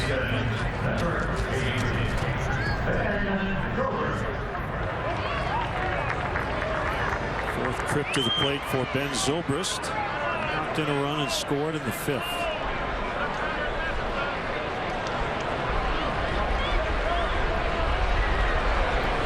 In terms of work habits and just kind of the way he carries himself, Ben Zobrist is too good to be true, isn't he? We heard all the stories from his manager, Joe Madden, back to his Rays days. And what we have observed here in spring training is exactly what he told us. Yeah, attention to detail. You just watch him. Even when the guys are out doing their morning stretch and their light running to get started, I mean, he does everything exactly the way he was told to do it.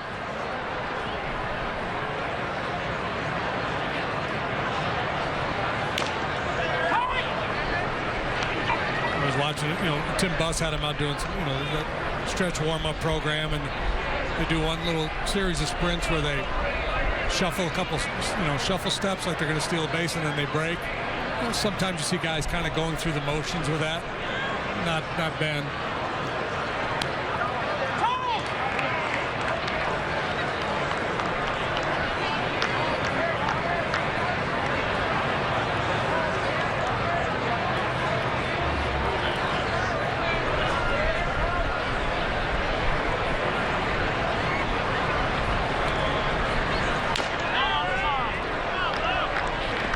Two on him.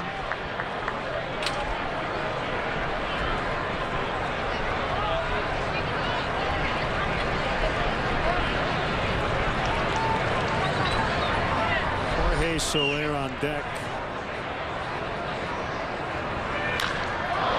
Pretty well. Granderson dives and he can't quite get it. Fedorovich will be held by Gary Jones. It's a long single for Zobrist, and Terry Collins wants to make sure his right fielder's all right, and it looks like he is.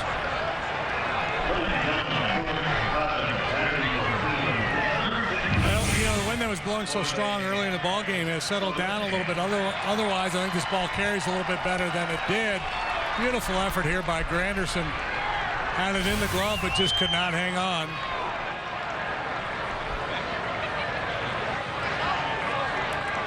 That'll be it for Zobrist. Logan Watkins will run.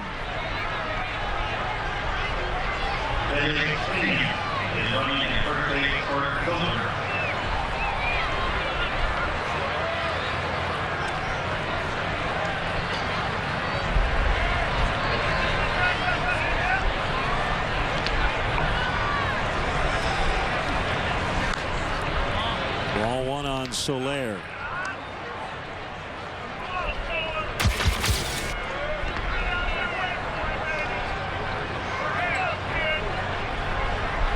Who's your DH Monday night? Is it Tommy La Stella? The way he's swinging the bat, is it Jorge Soler? I don't know. I haven't looked at my iPad yet and crunched all the numbers.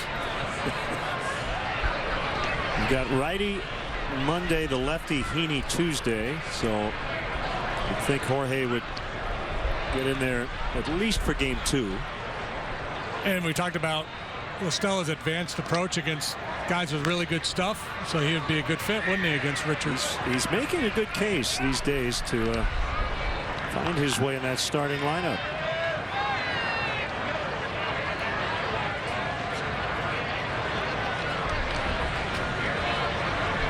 Yeah, sometimes the guys like La Stella, they hurt their own cause because they're so good off the bench too.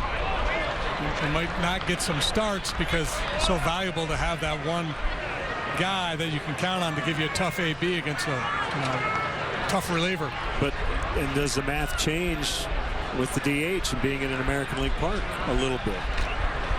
You get because the likelihood that you don't pinch hit.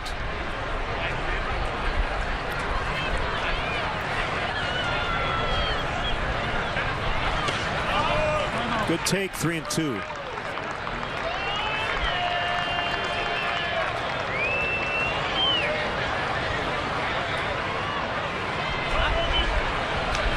Okay, I'll go with yes then. I'm sold. All right. I don't have any inside information, but just a hunch. 3-2, the bases loaded. Fedorovich ready to tag along with Negron. Cespedes makes the catch. Here's his throw. Better hurry. He's safe. Cespedes has a cannon out there. Throws off line. Fedorovich in on a sacrifice fly. Yeah, I think the strategy for the Mets in the outfield is going to be anytime there's a throw that needs to be made. If Cespedes is an option, let him get the ball. You see Granderson backing off there, allowing Cespedes to come and catch that ball, even though he was drifting away from the play. If that throws on line, they're going to get Negron.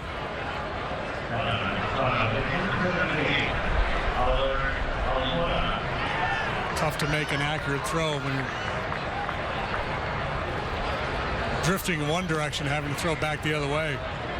Albert Almora Jr. now. As a lot of the regulars are coming out of the game.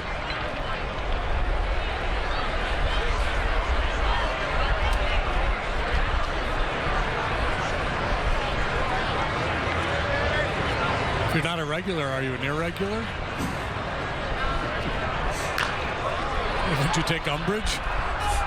Hey, let's get the irregulars in there.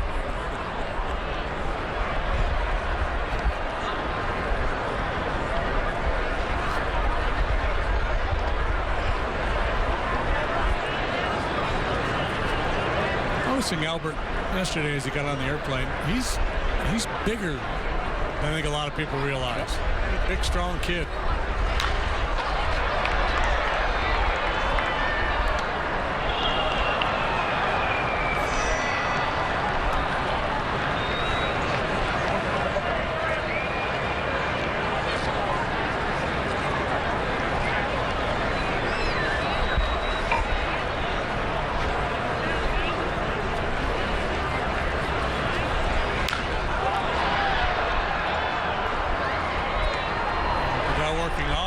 Here closing in on 30 pitches.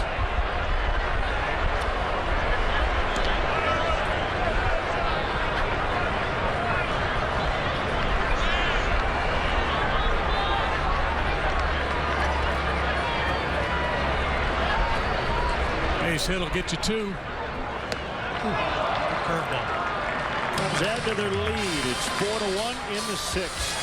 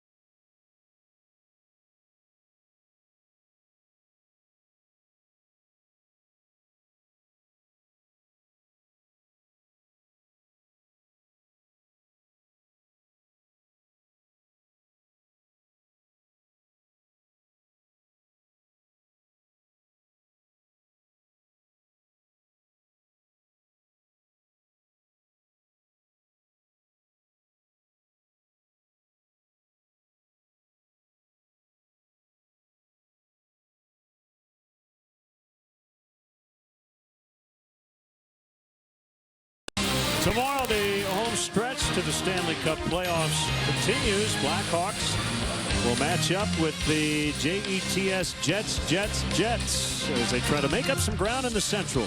Coverage starts at 6:30 with Chevy. Blackhawks pregame live right here on CSN Chicago. Now, to do it without Duncan Keith. Have they announced the suspension? I don't think they have, but I think the suspension has been dubbed indefinite until he has his hearing. So here's Pedro Strop. Well, he's had a very nice spring. Big part of the Cubs bullpen last year.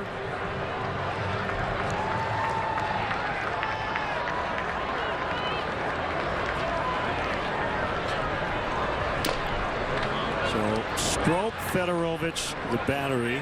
Yasiel Ballagert at first. Logan Watkins at second. Brunonori Kawasaki is at short. Chris Negron now at third. Matt Caesar in left. Albert Almora in center. John Andrioli in right.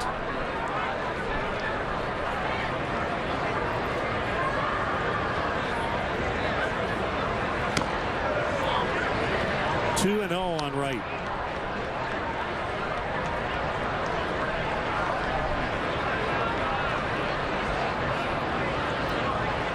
Evelyn Collar is at the game. A tweet from her nephew Mark. She's 93 years old and enjoying Cubs baseball here from Las Vegas. Called strike 3.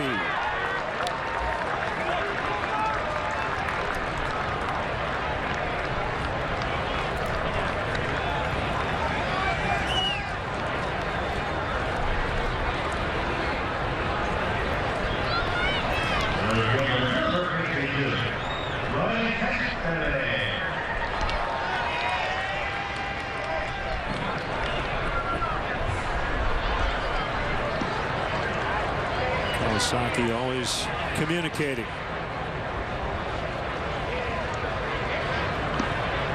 Oh, you asked Joe if he's ready. Are you ready? You feel like you're I think your mental game ready to go for opening night? Yep, I think you know, as we've done these spring training games, to try to ease into it.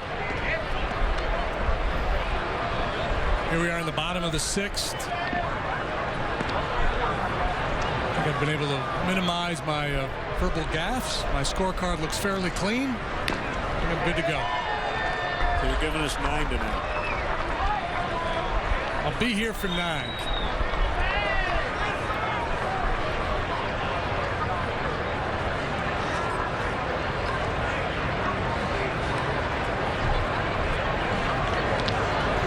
Quick pitch. Cespedes got under it. And Rioli makes the grab. 2 outs. Yeah, so the Cubs, the end of spring is a little different for the Cubs. Obviously, they come here for these 2 games against the Mets. Saturday's an off day. And then Sunday they play an exhibition game against the team they open the season with. So it's gonna be kind of weird final few days. 2 and out for Strop. Davey Martinez out to make the pitching change. If you want to bet from Joe, or Joe just said, "Oh, you do it." So a change in the 6th. We'll be back.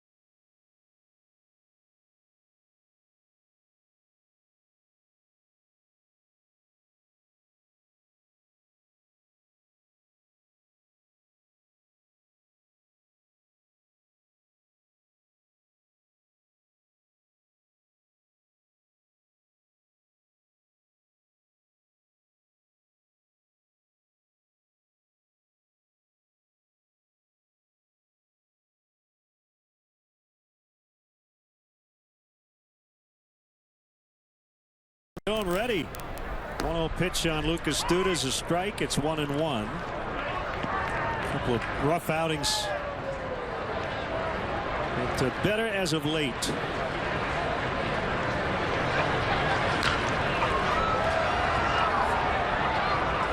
Yeah, and so we've seen the way Joe has handled his bullpen here in the final stages of spring training, and this is what most managers do. You start to get ready to play the championship season, so you use guys the way you might during the regular year. Now it's earlier in the ball game than you'd see Rondon, but coming into this 2 outs in the inning situation, gets a dangerous hitter.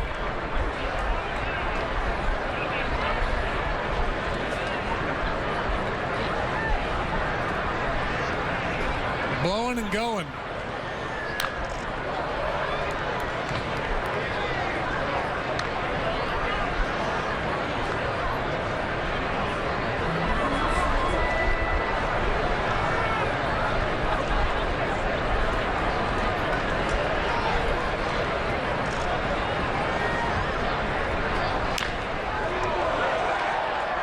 Fair ball. DeMuth made the call. It raised the chalk, and Duda's got a double.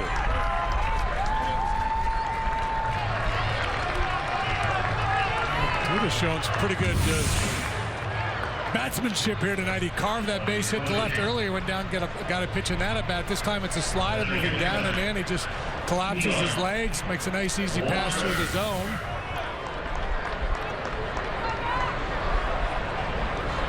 Two out of three now for Duda.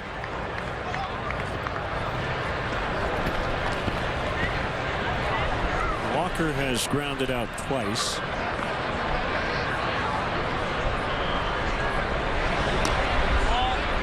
Pitch is low. It'd be tough for Walker to leave Pittsburgh, his hometown. Big part of the success they've had there in recent years.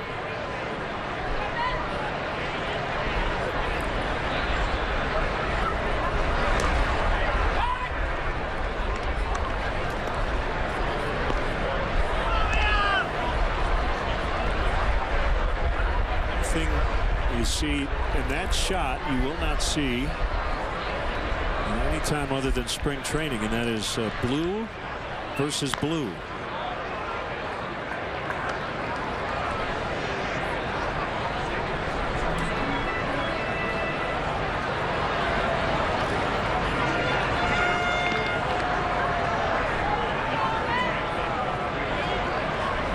Figure out who's on the other team by looking at the pants.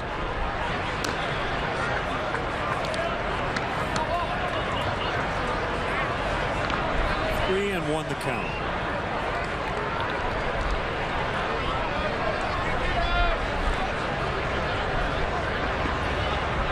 He'd be sitting dead red right here.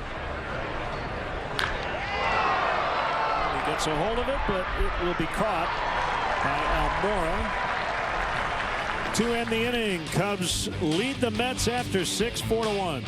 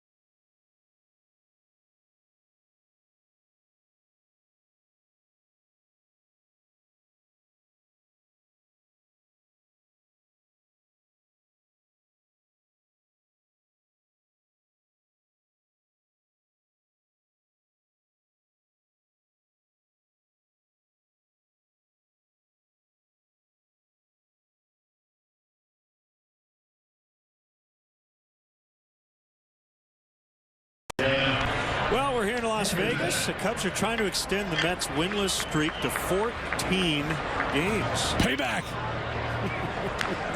Weird season series last year. Yeah, I was thinking about it. We went in New York there and we swept that 4-game series. And the Mets scored 1 or 2 runs total in that series. I was thinking, and then in the LCS, they scored more than that in the first innings of those games. They scored in the first inning of every game in that LCS. But yeah, it was a weird year, and that's I guess the beauty of the sport is how unpredictable it can be. Because I remember as we were walking out of Citi Field, saying to you and anybody else who would hear me, I said that team is done. And I remember the post-game press conference on Sunday, Terry Collins was imploring his guys we've got to find a way to lighten up and have some fun. Lucas Duda was threatened with his job. Caesar with a base hit off Jim Henderson, the new pitcher. Yeah, I remember that. You're right.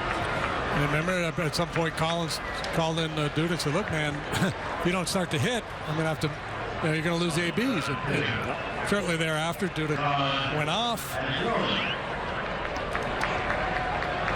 They got Cespedes in the deal. Grander's had a nice bounce back year. They got all those young stud pitchers. So it was a very nice story for the Mets last year. Nice story this spring, John Andreoli. Runner goes, swing and a miss, throw not in time. That's Caesar with a stolen base. Remains to be seen how much playing time Matt Caesar is going to get, but he's going to break with the big league club, be on the roster. He's a guy who can come off the bench, steal a base for you, play all the outfield positions. Good, sound, fundamental ball player.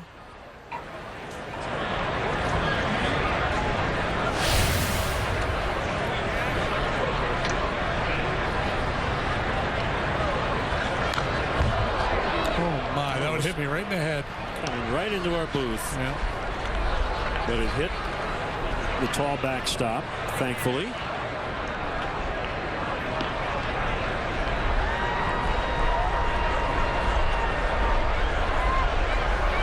Mick Gillespie next door was on the floor. He was down.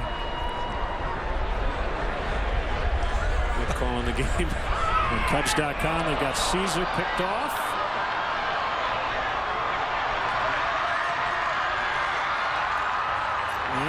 Still play. Cue the Benny Hill music. Yeah, they got him. Kevin Danley, as the Mets looked at him, said, is he out of the baseline? And he said, no, he's not yet.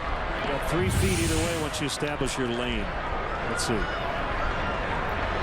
There was a moment there where everybody paused, including Caesar. Are we playing on here or am I out? Watch. He kind of gives a look.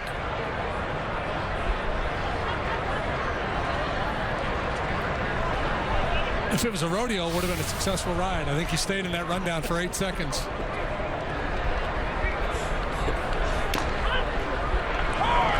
Called strike 3 on Andreoli. And all of a sudden, 2 outs. It's Kawasaki. How much money would it take to get you up on one of those bulls for 3 seconds? Probably more than changes hands at the Mandalay Bay Casino every night.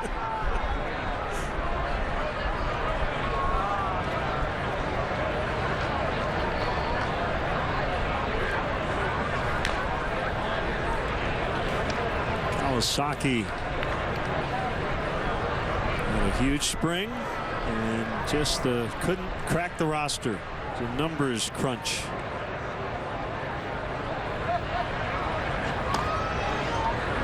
Maybe the highlight of the spring, right? Yeah, everybody was chanting his name there at Sloan Park the other day. Comes through a little bat flip. He didn't realize, by the way, that he had done that, and that he never tries to show up a pitcher.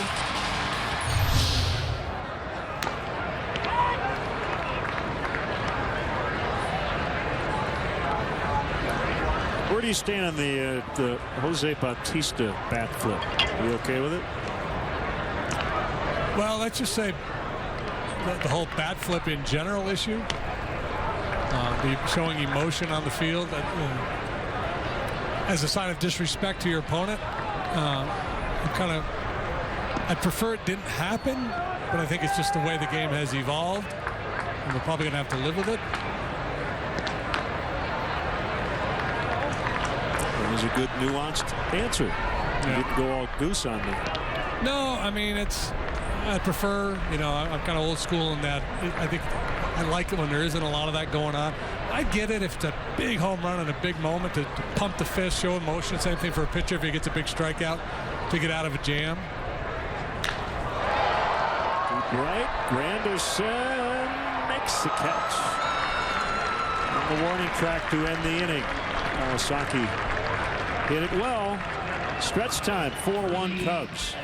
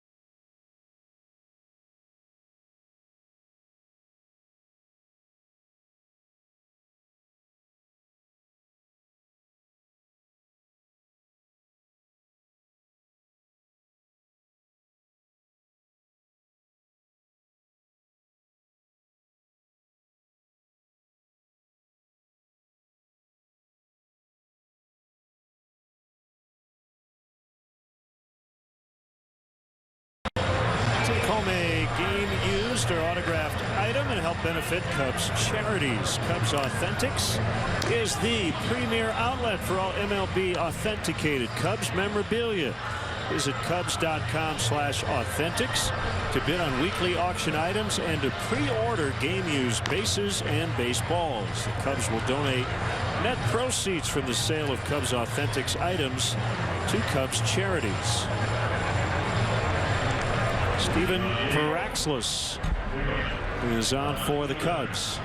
Double-A last year, just 14 games, 21 in the third innings. He was 2-2 with a 4.22 ERA. 21st round pick of the Cubs back in the 2012 draft.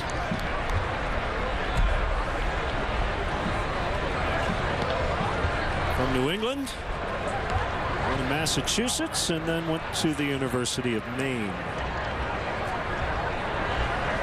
The Black Bears used to have a really good baseball program years ago. I'm not sure how they stack up these days. Billy Swift, remember Billy Swift, the right-hander? Oh yeah, he was a Maine guy.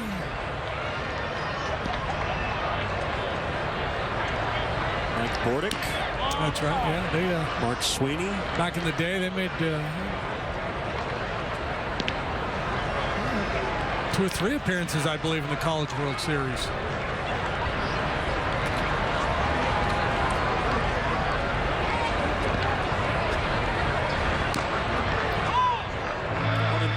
To Conforto.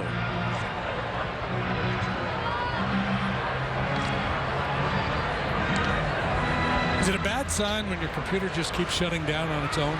Yes. I mean, maybe you got a little problem. Ooh. Veraxlis strikes out Conforto.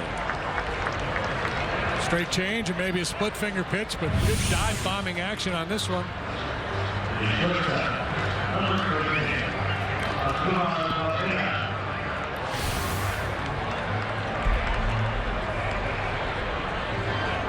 Hansel Robles, who will sit out the first couple of games due to a suspension.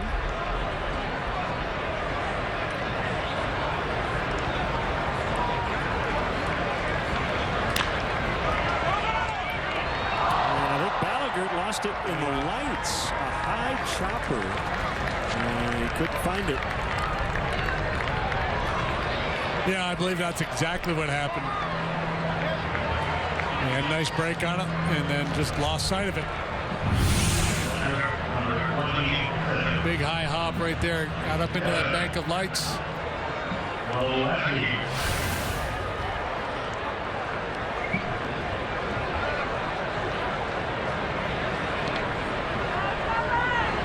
Base hit for Cabrera.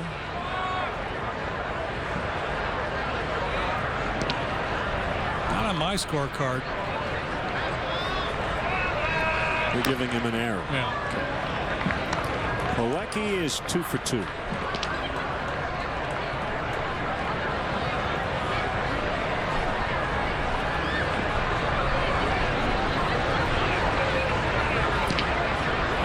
Protecting Stevens' ERA. I got you. Well, maybe he won't give up a run. Would you change it then? Back to a hit? No, then I'd be a hypocrite.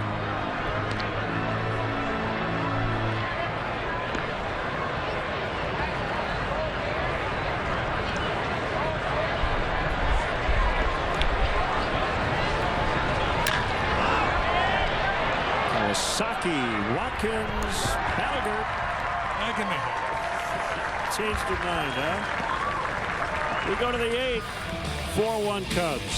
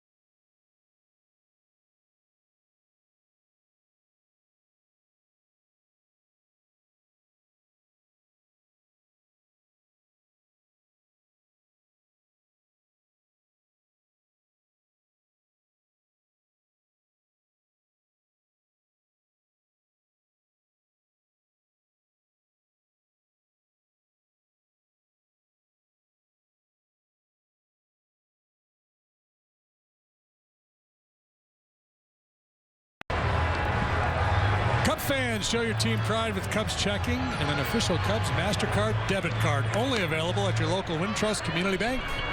Go to wintrust.com/Cubs to learn more. Member FDIC. It's like Times Square. Fremont Street. Here in Las Vegas. We might find a former Las Vegas star. Big lefty after the game. There's a right-hander, Hansel Robles. I mentioned he will miss the first 2 games of the season for throwing up and in on Cameron Rupp of the Phillies last September.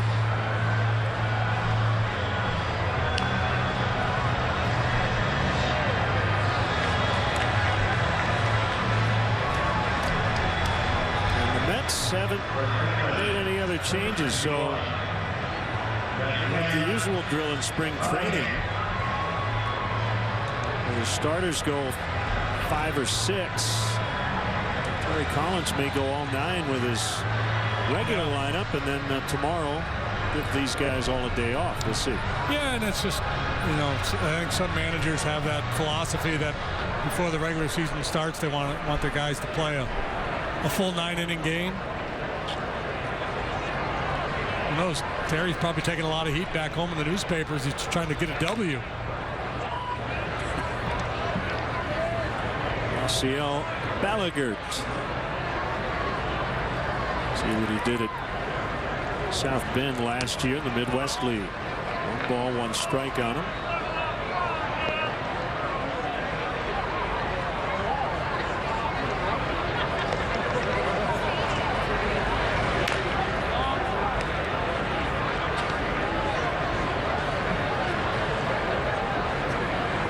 Will open Wrigley Field on April 11th, 7:05 first pitch against the Reds. Fly ball deep left.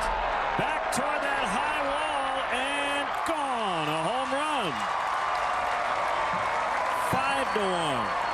Oh, what a thrill for young Yasiel Ballagert.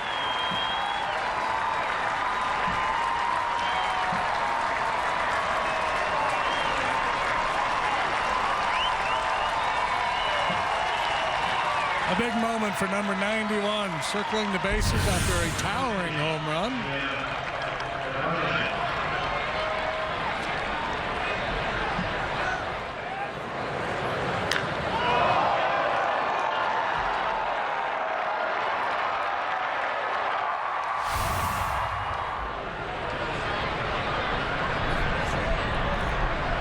Fedorovich, 0 for ball 1.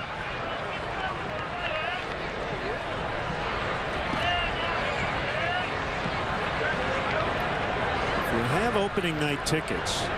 The gates will open 30 minutes earlier than the usual 2-hour window from 4:35 because of the new security procedures. Metal detectors at all of the gates now. If you want more information about the new screening process, you can hear my voice. Cubs.com/security. It's a little video. I explain what the new security procedures will look like. Fergie Jenkins, Ryan Sandberg, Billy Williams will throw out ceremonial first pitches and lead the 7th inning stretch. That'll be fun. Another ball cranked deep to left, and this one's caught right in the corner by Conforto.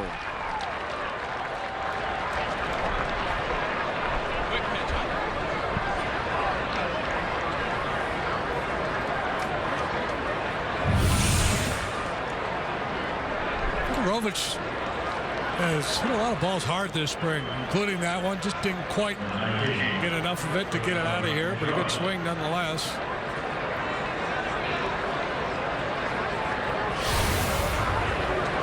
And Negron with 1 away. Cubs will also wear a commemorative patch on their home uniforms this season, because it is the 100th anniversary of the Cubs playing at Wrigley Field, 1960. So that patch will feature a version of the logo the Cubs wore in 1916.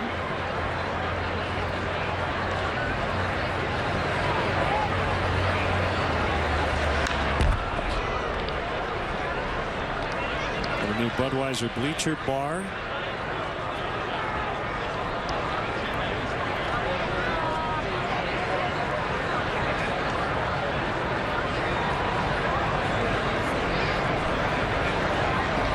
Newly branded parking lots.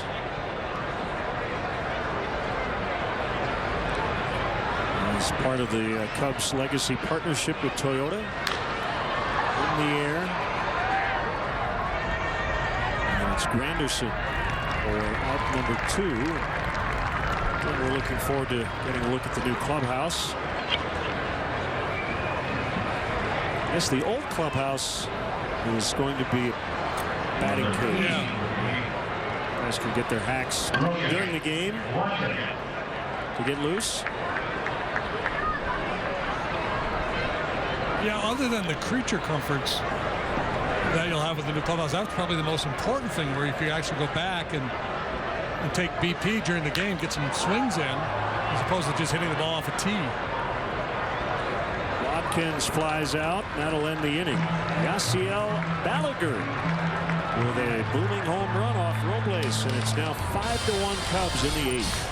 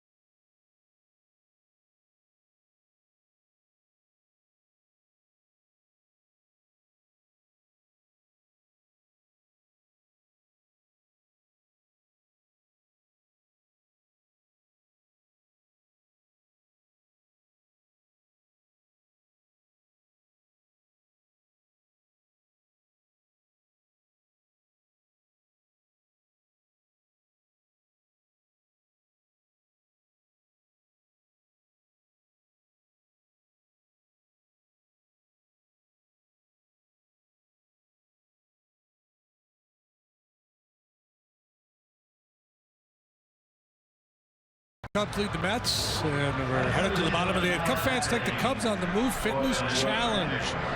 Cubs want to hear from kids ages 7 to 13 in the Chicago area. Tell us why fitness is important and how it is part of your daily life. Submit your entries at CubsOnTheMoveChallenge.com. Deadline's coming up. It's April 4th, so do it now for your chance to work out with Cub players. That'll be quite a thrill. Right-hander Justin Grimm against pinch hitter Alejandro De Aza. Bottom 8. Cubs lead 5-1, and Grimm deals a strike.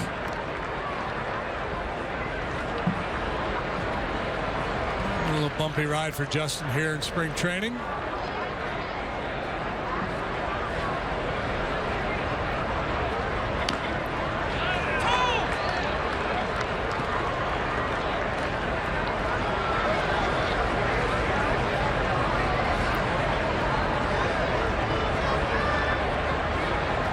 Very good against left-handed hitting. That's one of the reasons why. Nasty curveball.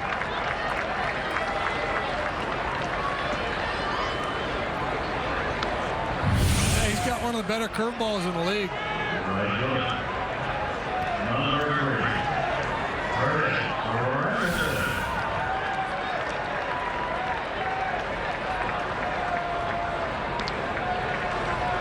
Reminds me of the old Joe Garagiola line. We just lost Joe here recently. Talking about Nolan Ryan back in the day. So Ryan was a lot better, but he got his curveball straightened out. Which makes perfect sense. Only if you read it one way. Yep.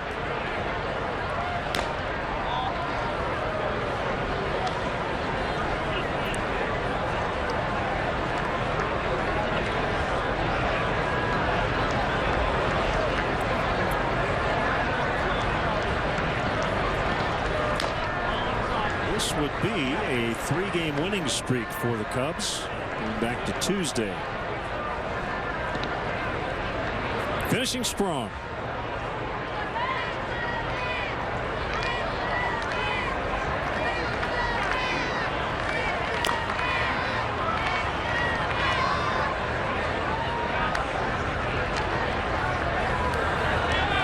Probably still wouldn't qualify for the Cactus League NCAA tournament.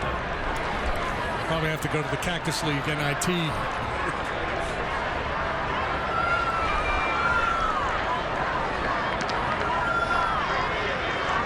Granderson's going to get a heater. He took it for a strike. 2 down, both on punch-outs.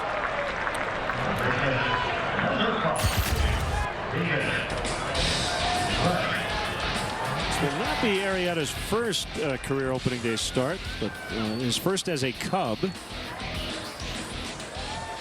So righty-righty, lefty-lefty, Monday, Tuesday.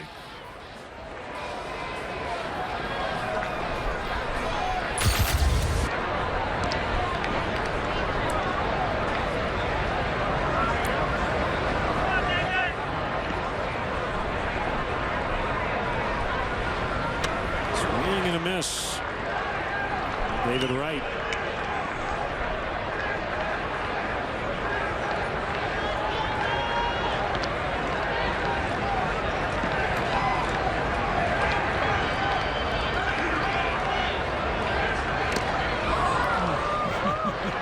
He's got it going on here tonight, does Grim.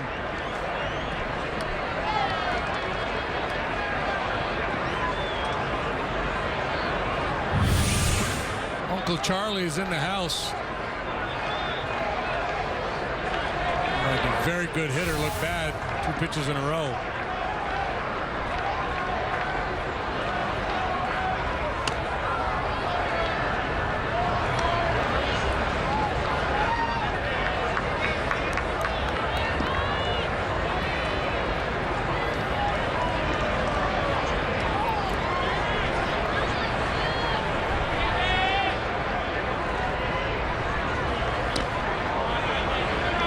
Two as Grim reaches 96 with the fastball.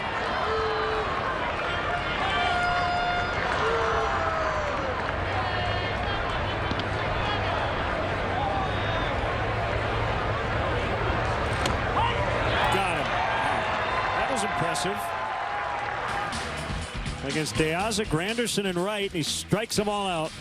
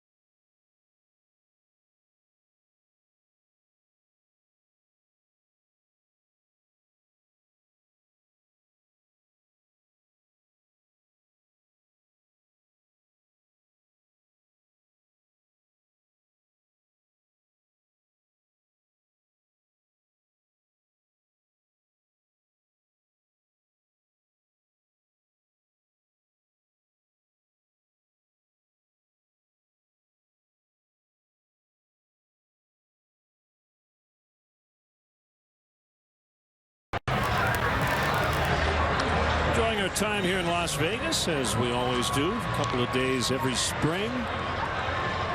Weird to think today's actually Thursday. We got a night game tonight, day game on a Friday tomorrow.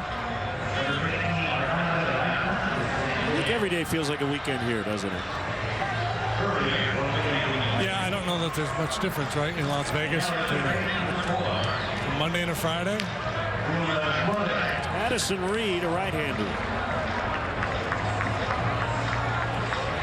Veteran right-hander, owing on to the 279 this spring for the Mets.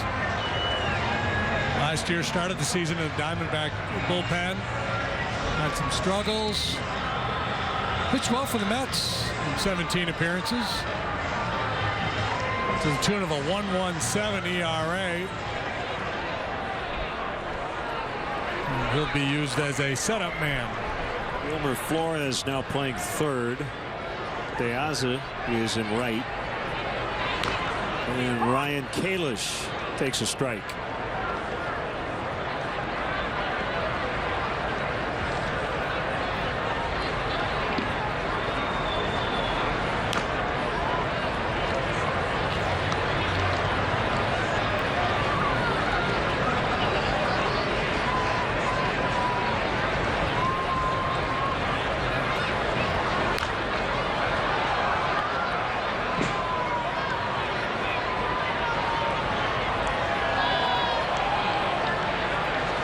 $11,025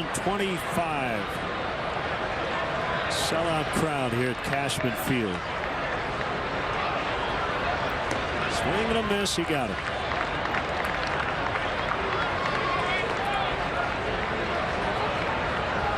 Number 17.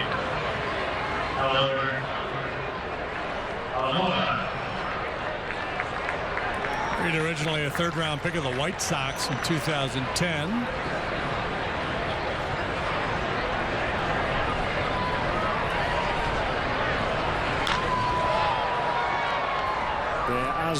Grabs it.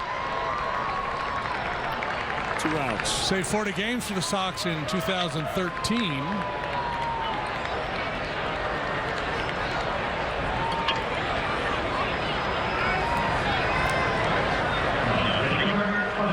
In 2014, he saved 32 with the Diamondbacks, but he lost 7 games, and he grew a number of saves that year as well.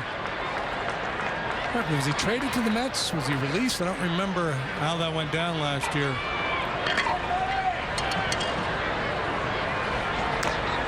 I don't think he was released.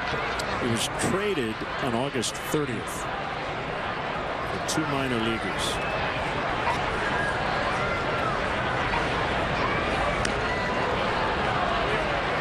One. Change of scenery can be a beautiful thing. Yep.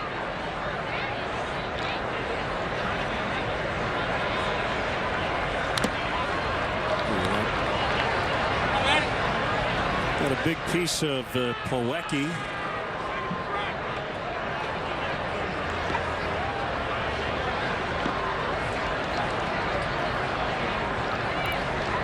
How you doing now? Who you got? You got anybody left in your bracket? Yeah, I've got Villanova. That's ironic because the guy hitting went to Villanova. Did you know that? I think Plawecki's okay. Let's go back and play. Ready, break.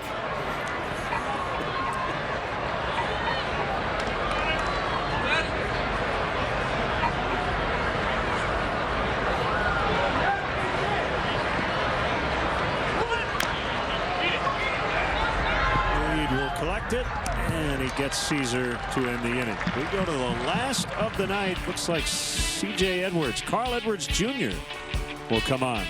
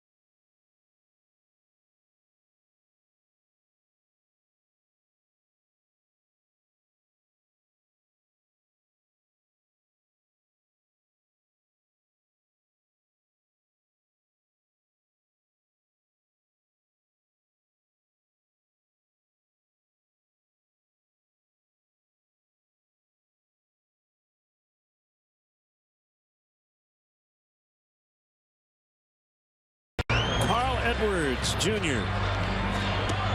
will look to get these final 3 outs with a 4-run lead, and he's going to face some middle of the order hitters too. Yeah, this should be fun for Carl. His numbers for the spring. The guy is so skinny, he has to wear a single-digit number.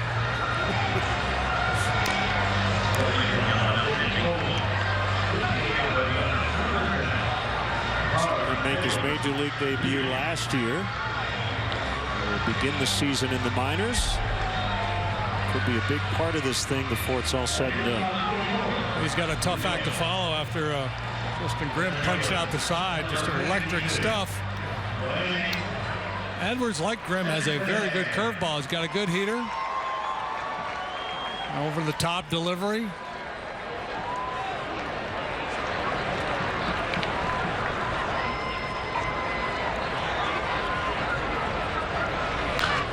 Fouled away for strike one.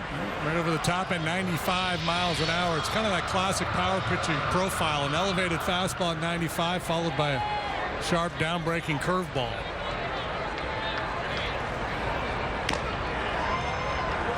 Looked like he had a little cutting action on it, and he also has a changeup.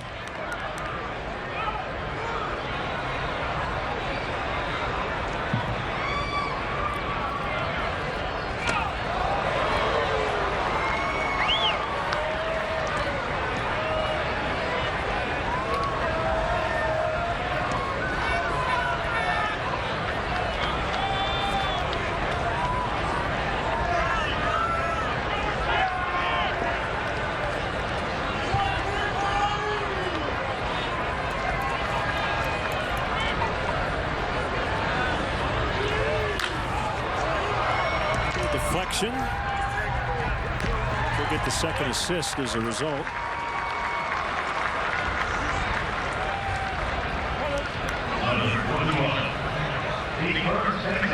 Now Duda. The last time the Mets won a game was St. Patrick's Day.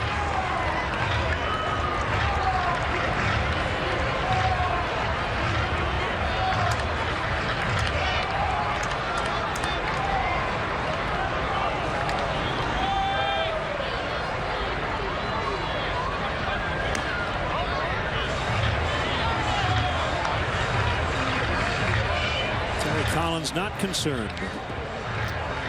His new bench coach, Dick Scout, there on his left.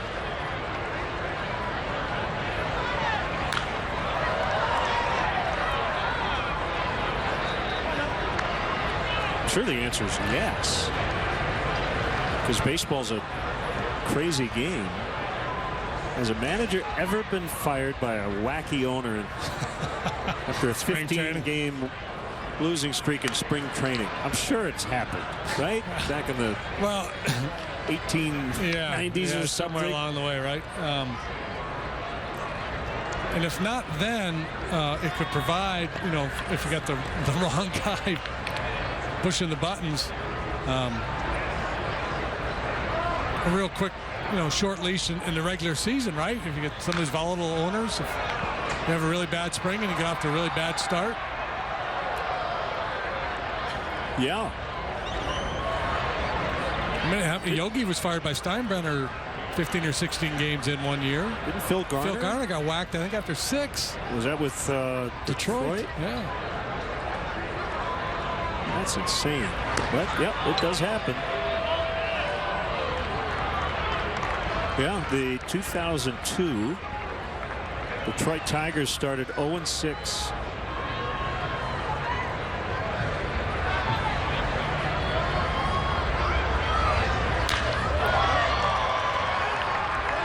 Duda is 3 for 4. Might be part of your 3-star selection. Yeah, today. he's pinging the ball all over the place. And looks like Rod Carew out there tonight.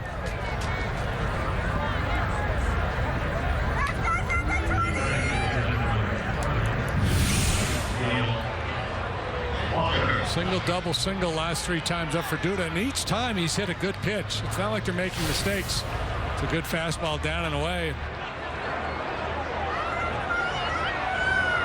A fine bit of hitting there by Duda.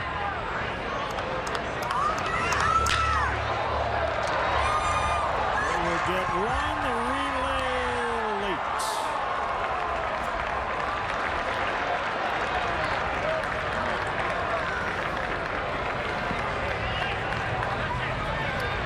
In 1988, the Baltimore Orioles made a change after an 0-6 start. Cal Ripken Sr. replaced by Frank Robinson. And then they went 0 for their next 15 before they finally won their first game in their 22nd try.